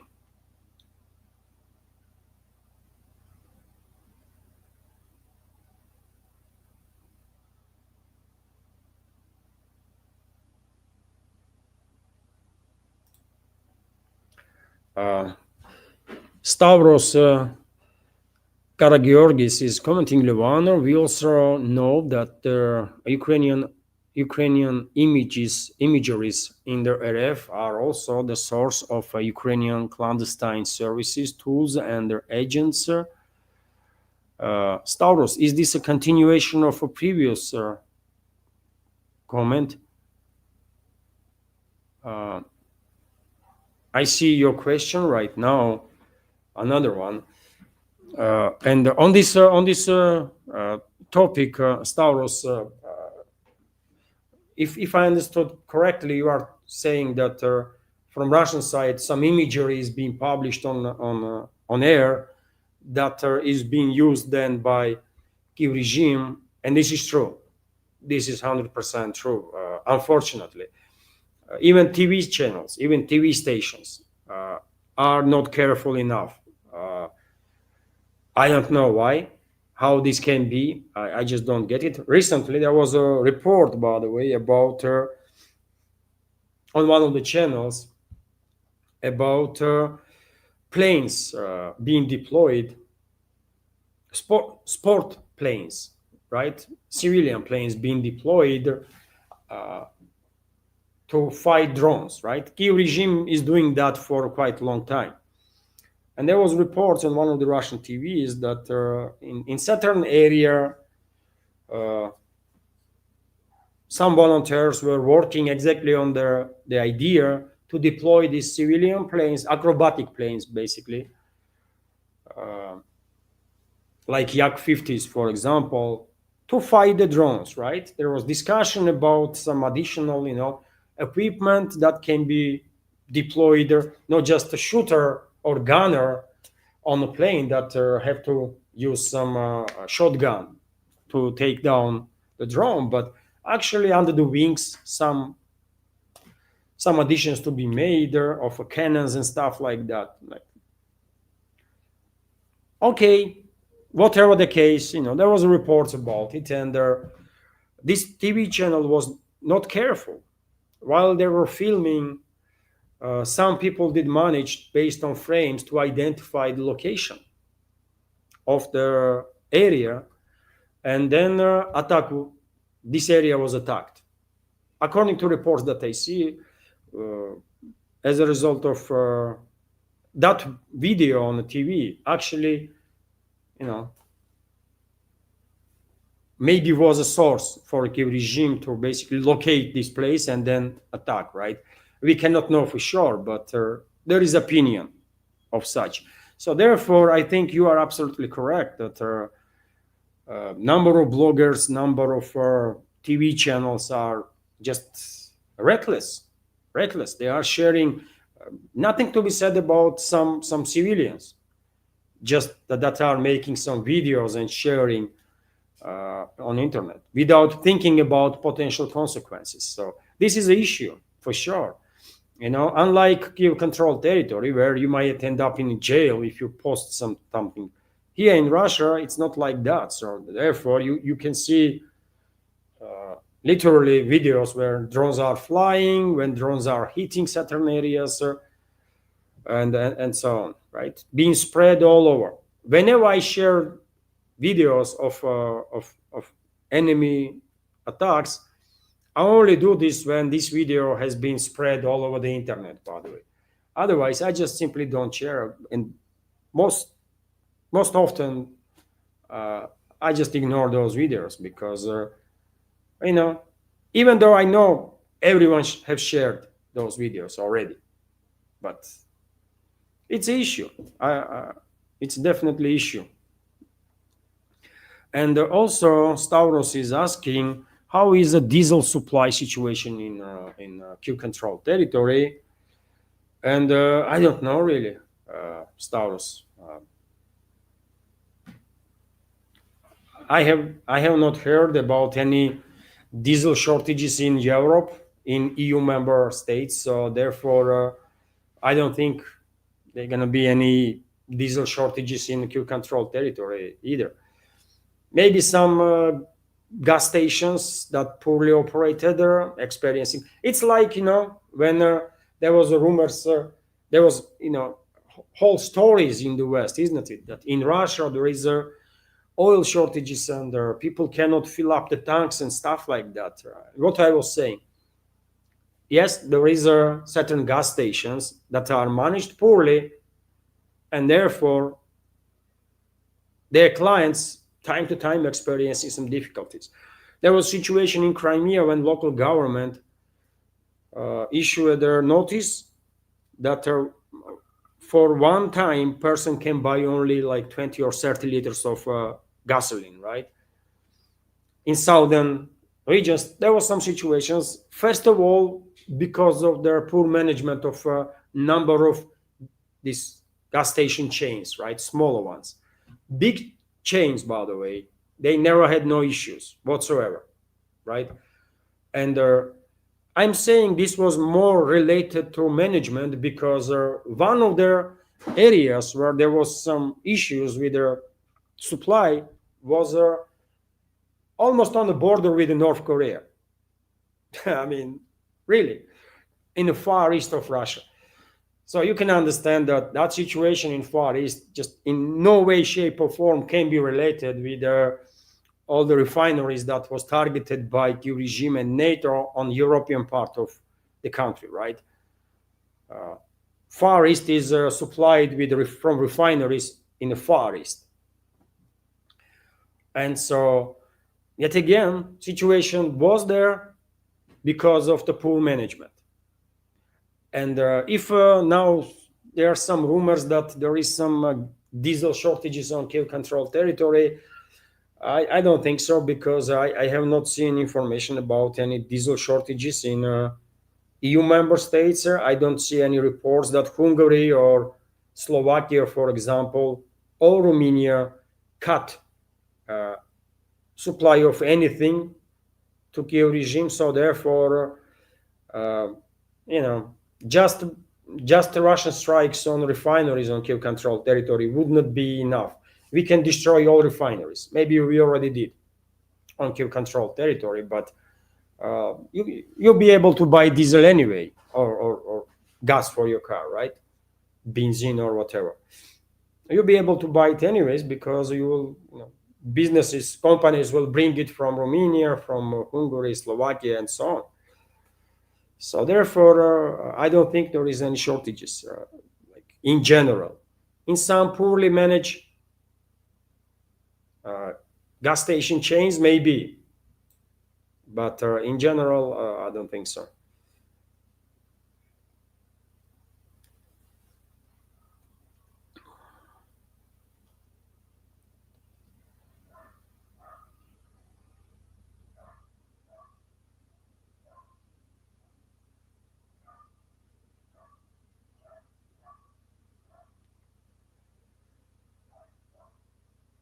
So let's scroll different. Oh, let me check. Maybe there was a.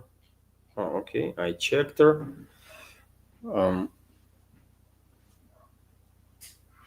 Dear friends, if by chance I missed a super chat or on Rumble or donation on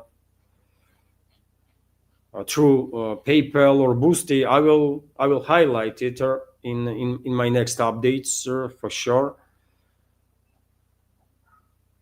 And so let's. Oh, dear friends, I checked right now, and 52 members of community are online on Rumble, and 175 on YouTube. And this is despite this live stream being like 3 hours and 31 minutes long already. So thank you very much.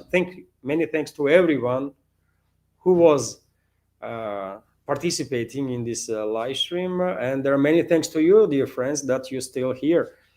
I mean, quite long live stream. I guess this is record. Maybe this is record for my channel.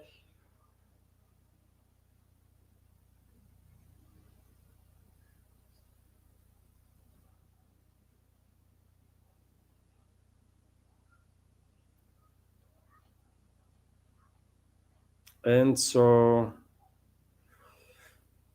let's scroll.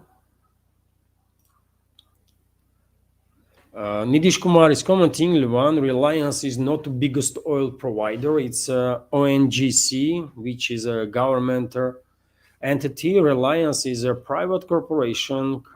Government can't force them. Okay. Yes, I know Reliance is a private company. According to reports, Nidish, government run refineries also gonna cutting down on all supplies. We will see. Anyways, I mean, it is hard to be angry on India, right? It's just upsetting if India is unable to withstand the pressure from the West, and if India will cut oil purchases. It's not about oil. You understand me, Nidish, isn't it? It's not about faking oil. It's about stands of India.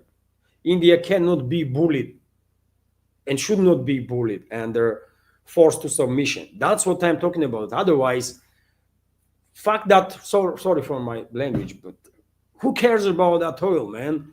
Indian companies buy it, or Chinese companies, or Indonesian companies. Someone will buy it, right? Of course. But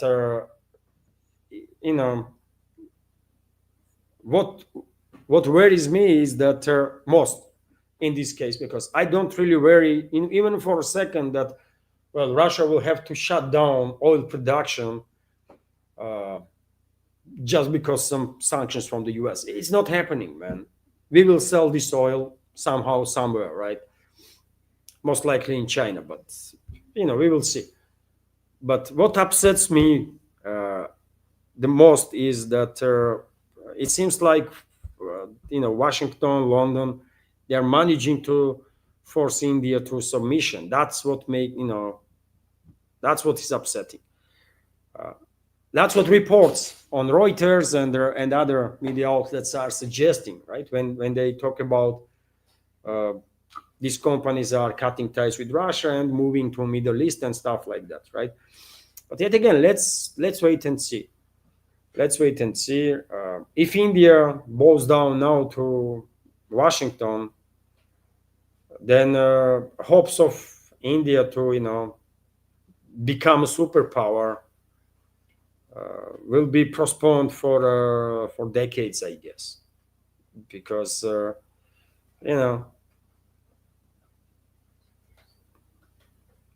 But trust me, no one gonna go anti-Indian here in Russia if New Delhi wouldn't be able to withstand the pressure. They're gonna be no anti-Indian sentiment here, man. Right? Some people who have no freaking idea what the hell is going on might say some stuff, but in general, by the way, we will all continue to see India as our strategic partner and a friendly nation.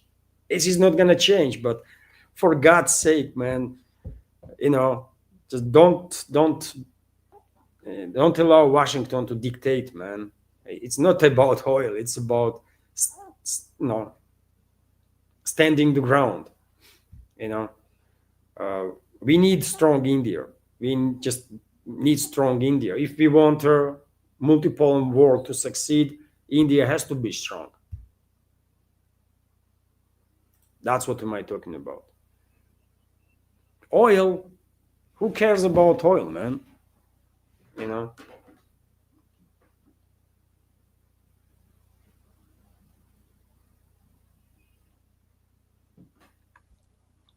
So I'm scrolling there, friends, now through chat. Oh, John.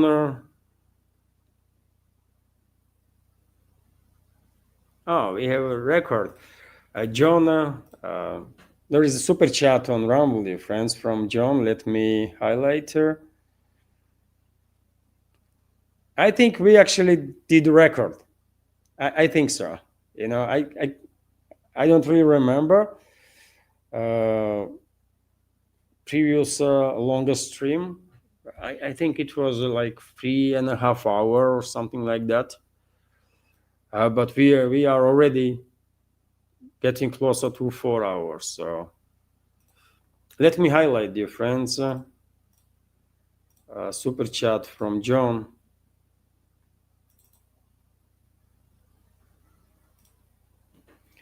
Thank you very much, John. Banzo Beans, our moderator, by the way, on Rumble and on YouTube. And so, yes, thank you very much, John, for a super chat, $2 donation. And the comment from John is congrats to 210-minute live stream. Thank you. I myself little bit surprised that I'm not dead yet. These live streams are quite exhausting stuff, man. 1 hour is okay, no big deal.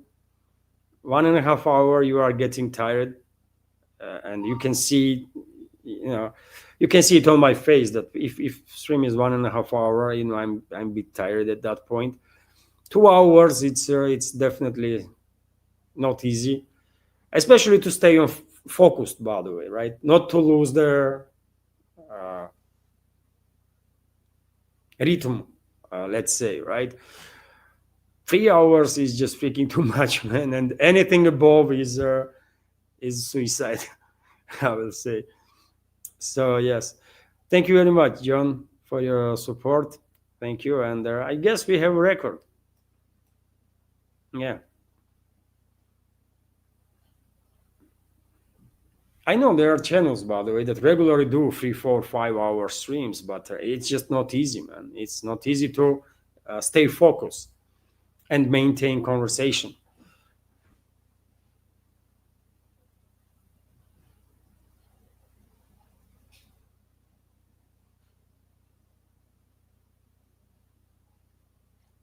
And once again, dear friends, if I miss by chance your, if there was any donation on PayPal and Anya, my wife did not have the time to check it. She is just not at home at this point. She could not send me information about it, so I could not highlight. Therefore,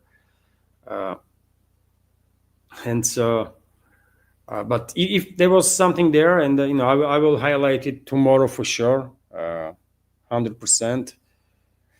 And also, John is commenting.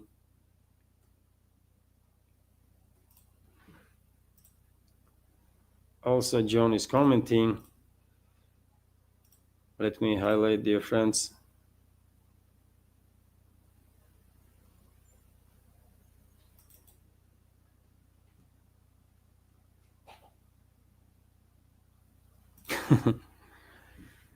Still looking fresh. Thank you very much. Thank you very much, John. I'm trying, though. I'm trying. But yes, I will scroll fast now to get to the end of the chat. So that's, So thank you very much, John, once again for a super chat on Rumble and the dollar donation. Thank you. I already reacted on that. So let's scroll.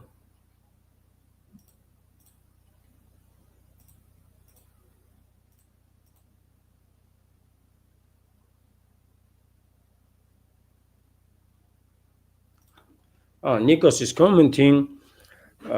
So I guess Alexander Mercouris was correct when he said that the overwhelming feeling in Russia about Trump is disgust, and he was liked so much 3 months ago.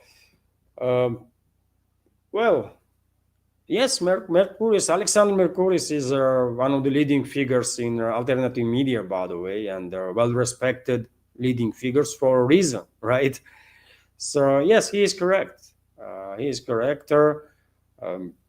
I will say there was not a specifically negative attitude towards Trump in Russia, but well, now situation is different, and if you conduct any study, probably majority will say they are disgusted with the irresponsible, uncultural behavior of the Trump, with absent of any principles or values in that person. People just paying little more attention, People are just paying little more attention now, and Trump himself make it quite easy also for society here in Russia to have a negative attitude towards him. And why should we be surprised that Trump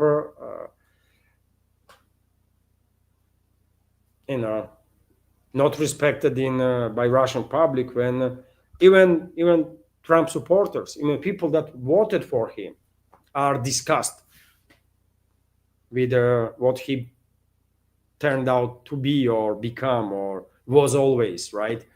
But was playing good enough to fool the people or whatever, right? Even in America, Trump is yes, some surveys say his popularity on some 45% or something, but all these ratings, by the way,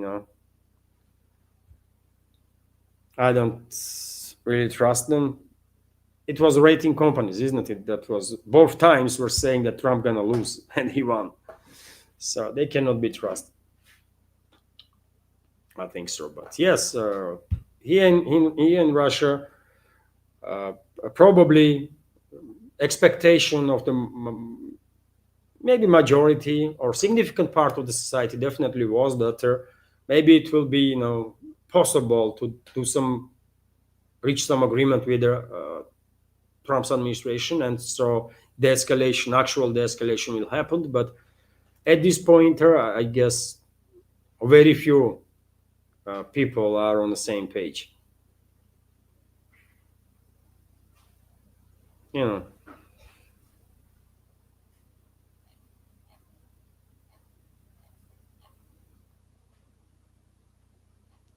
So let's scroll fast, dear friends.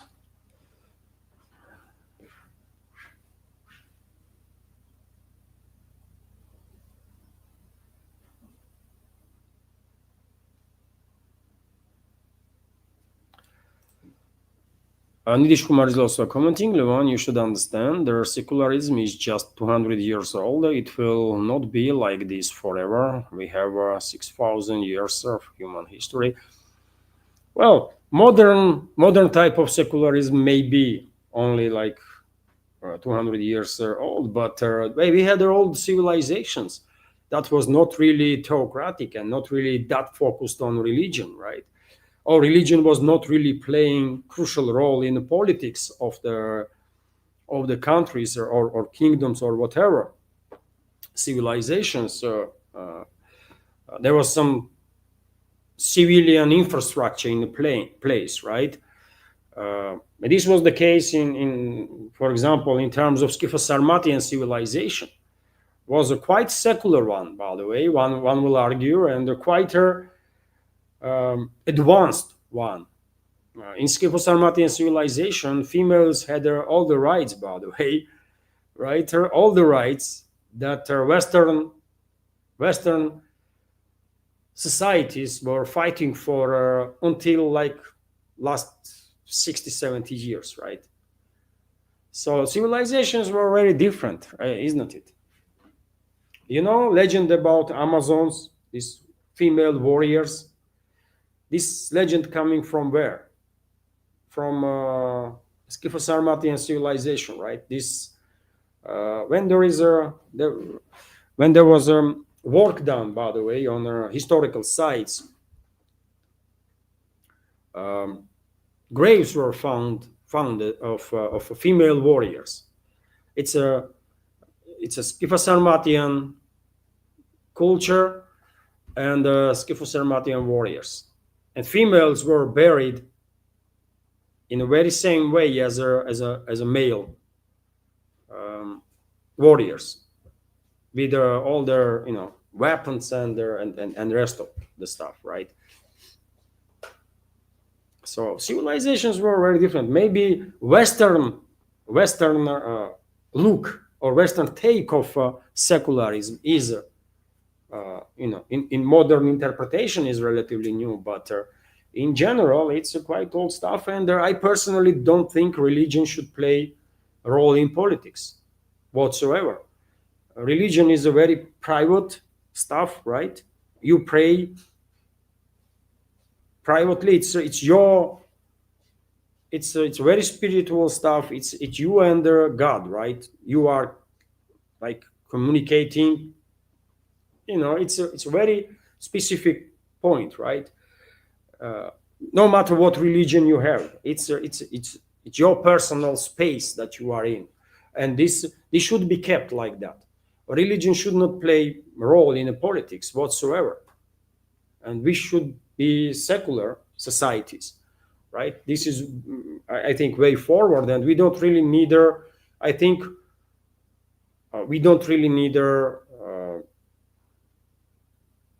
religion to tell us on daily basis and dictate to us. If religion is if we are in theocratic country, then religion plays massive role in the day-to-day life. In that case, will play, right? And I don't think we need this religion or religious institutions or religious figures to tell us on day-to-day basis what is good, what is not, what to do, what to not, what is kindness and what is evil. We are well capable of figuring this stuff out on our own, right? I think so. So with all respect to religions, main religions, all of them, but religion should stay in a personal space of the people, and that's it, really, right? I don't think we need religion in the politics, man. It would not end well, because our politicians will weaponize religion as they did many times before. Right? So that's my take. Religion is, can be forced for good, and also can be forced for bad and evil. And religion was used as a force to do tremendously bad stuff, many times in history. So therefore, I'm absolutely against theocracy. I'm all about secularism, and let's live religion in our personal space, and that's my take. I feel comfortable with secular society, but you might have different opinion, and what works for me might not work for you, and what works for you might not work for me. So it's all okay as long as the religion is not weaponized, you know.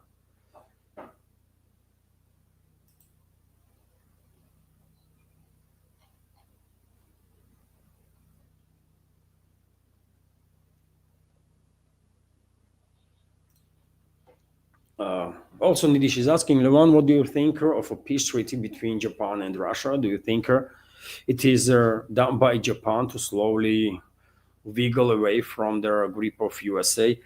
Well, I don't think there's gonna be any peace treaty anytime soon between Russia and Japan. And I don't know.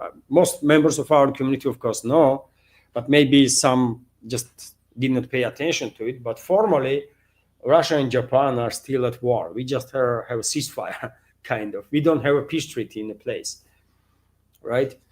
And Japan, after the Second World War, was always manipulating with the topic of Kuril Islands that become a part of Russia after Second World War, and to nowadays, every new prime minister in Japan says that, well, Tokyo will deal with the territorial issues and will reach a peace treaty with Russia. They are interested in that, but eventually what happened is Washington gets engaged, and Tokyo acts as Washington prefers, right? So progress between Russia and Japan was never reached in this direction, and I don't think we should expect any progress. I know this new prime minister of Japan, first woman prime minister of Japan, already expressed their willingness and opinion to reach a peace treaty with Russia, but it would not work. She will face soon representatives of Washington or occupying regime, let's say, right? And she will be told what she can do and what she cannot, right? And that's it, really. Until there is any presence of U.S. military in Japan, there's gonna be no peace treaty between Russia and Japan. It's not possible. It's just not possible. Japan is not a sovereign country. It's an occupied country. The U.S. has a main say in Japanese foreign policy. Literally main say, by the way. Domestic politics, U.S. might don't really intervene that much. Japanese foreign policy, it's all on Washington, all on State Department and their CIA and so on, right? So until there is any U.S. military presence in those islands, there's gonna be no peace treaty between Moscow and Tokyo, and between Russia and Japan, and Moscow was open for it, isn't it? Moscow was open to actually reach compromise, and from 4 islands that Japan has, its ambitions that Japan claims, it was during even Soviet era, by the way, I believe, when proposal was made that Soviet Union was ready to give up 2 islands to reach as a compromise. Tokyo disagree. During the Yeltsin era, when Yeltsin was a president, I believe also there was a proposal from Moscow, right? That 2 islands might be discussed, or another 2 no. It's a tiny islands, by the way, but nevertheless, important placement geographically. And there are rumors that even Putin was ready actually to talk about this stuff for 2 islands for from Russian side as a compromise, and Japan would agree on certain compromises too. and this did not work. And now I don't think Moscow will seriously consider have any talks with Japan, by the way, about Kuril Islands or anything really. You cannot have a talk with Tokyo unless Japan is truly independent. And Japan can be truly independent only if there is no occupied forces of US there. So we should not expect any peace treaty being signed between Russia and Japan anytime soon. And it's just not happening.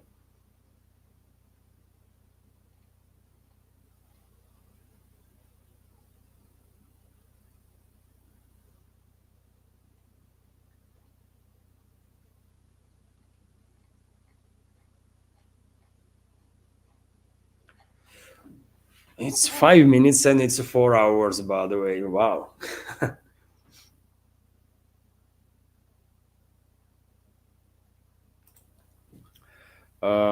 Ramples is asking, hello everyone, have you heard anything about Russia blocking a plot for an assassination of a PM Modi in May during the summit by the CIA? Yes, yesterday, it was yesterday, isn't it?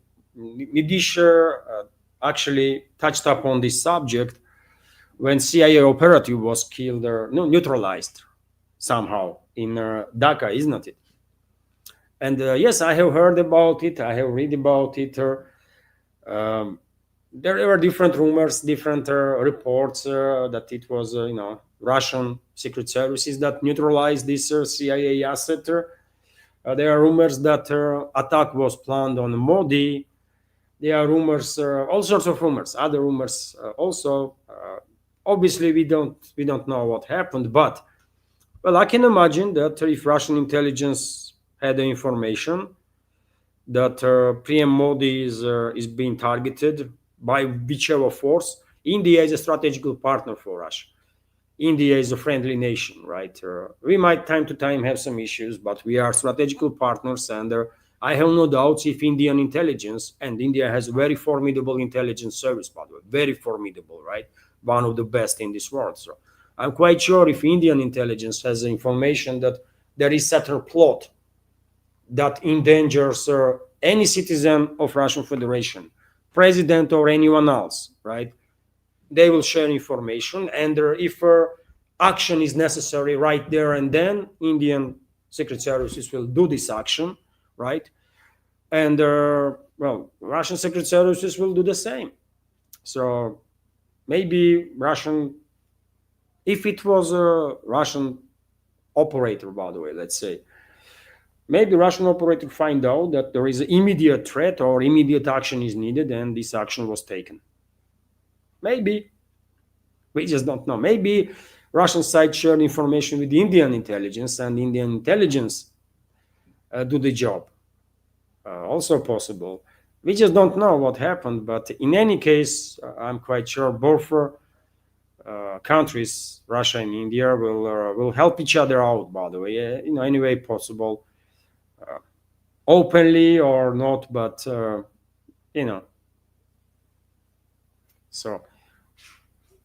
I can believe that Russian secret services intervene and do some stuff to ensure safety of Modi. And you think why Erdogan is acting, I mean, he cannot be trusted, by the way, let's be real here, but you think why Turkey under the Erdogan is not as hostile against Russia as other NATO member states? Now, one of the reasons why this is the case might be that Russian president actually saved his life. It was Russia, by the way, that informed Erdogan and his security detail about a coup d'etat that was planned in Turkey, right? And that saved him, literally saved him life. And maybe Erdogan is not escalating with Russia in a level that he potentially can, or maybe Erdogan is not as reckless in its policies as European for example, NATO member states are, or leadership of NATO member states, because of this, this human element that, Russians save his life, man, and life of his inner circle and his loved ones and everybody right there. So, yes, I've heard about that story, and obviously I don't know what happened. We can only speculate on the matter.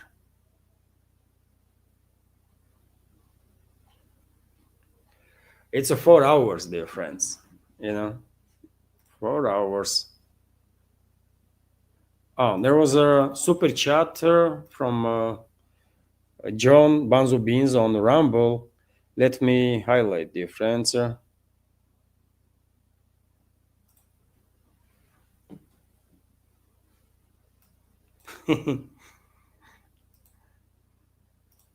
And thank you very much. Thank you very much, John, for yet another super chat on Rumble, and comment, and the dollar donation, and comment from Banzo Beans John is that Trump, Reuter, von der Leyen, and their friends keeping you young. Yeah. Yeah, they're keeping me alive. Sometimes I go crazy, man. Sometimes I do go crazy, and I hate this. When I start talking shit and stuff like that. But we are just humans, isn't it? And you don't know which news might trigger this emotional burst, and then you are calmed, and But yes, I mean, these people, man, these people. I mean, they hate everybody. I guess they hate their own fellow countrymen, all these Western so-called elites, and they hate rest of us also, man. I mean, based on their policies, that's the argument you might make, because what are they doing, man? Why? It's insane. Thank you, John. Thank you for your super chat and donation and the comment.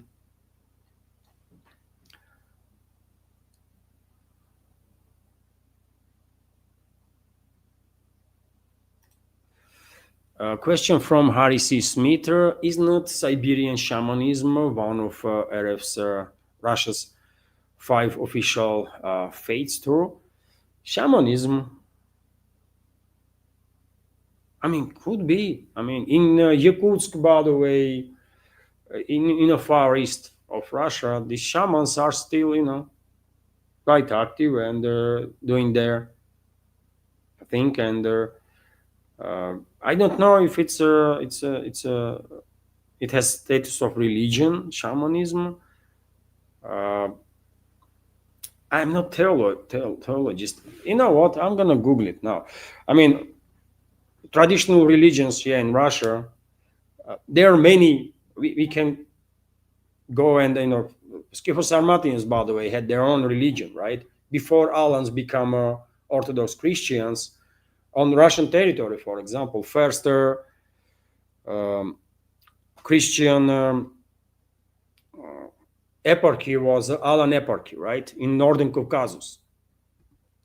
But before, I mean, in ancient times, by the way, Scytho-Sarmatians, Alans, they had their own religion.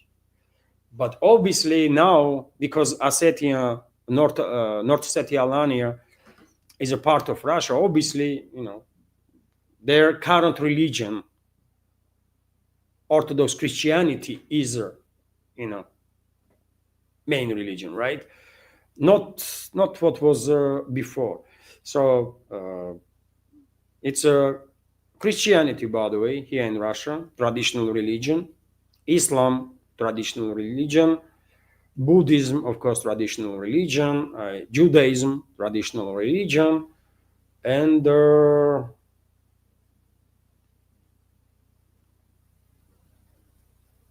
shamanism, is it even religion? I'm gonna Google it. I don't know. I just don't know. I'm gonna Google it right now, man.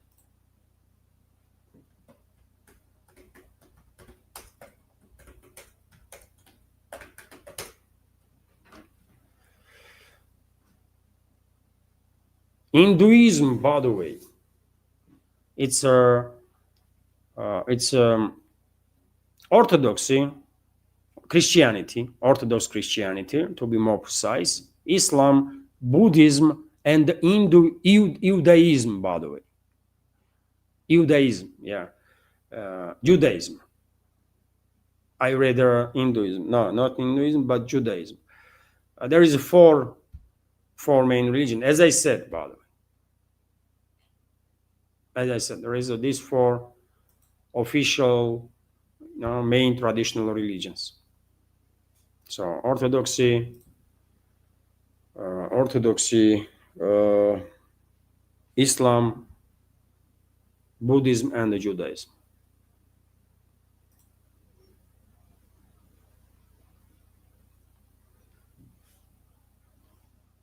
I don't know. Shamanism is it religion or certain belief system that is also spiritual, of course, but is it a religion really? I mean, as I said, I'm not a theologist, and I don't know so much stuff, by the way, about so many things,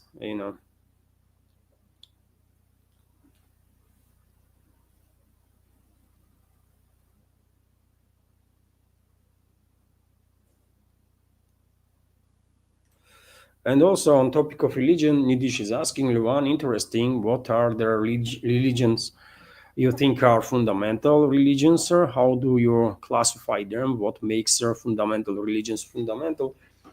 Fundamental is basically foundational for modern societies, I will say, and if we take entire world, by the way, until now we were talking about Russia, right? But if we take whole world, then there is like how many fundamental, foundational religions we know.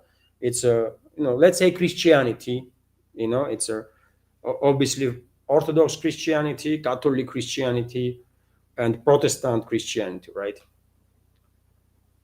So one is Christianity, Islam, of course, Buddhism, by the way, Judaism, Hinduism, by the way, right? That's it.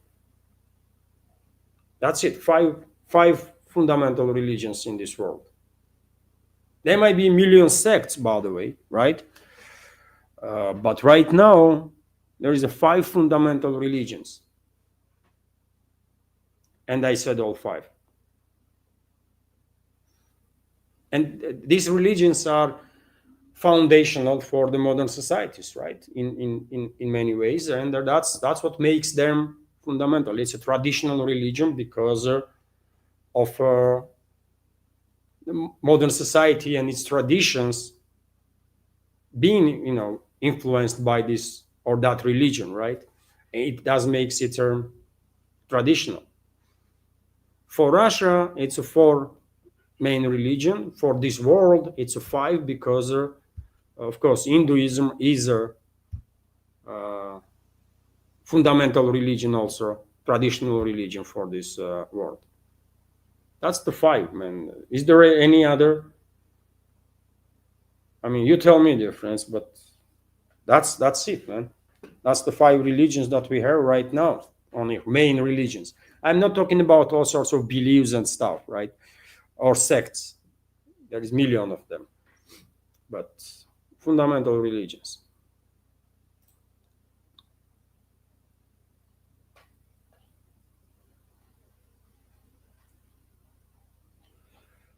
So I have to end, dear friends, live stream. I still have a blood pressure, by the way. That's why I'm, time to time checking my neck, because it's when you have high blood pressure, it does the thing here, isn't it? You just feel.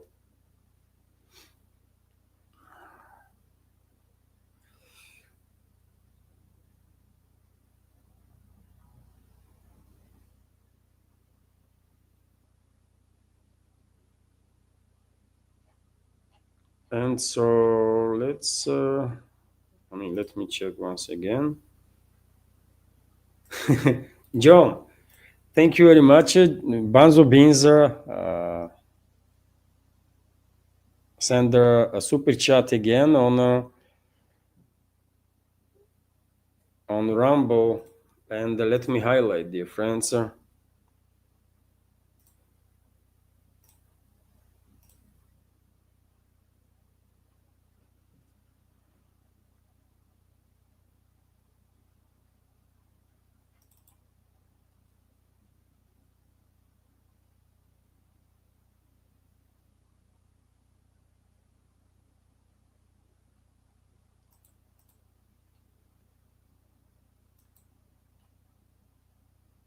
Just a sec, dear friends.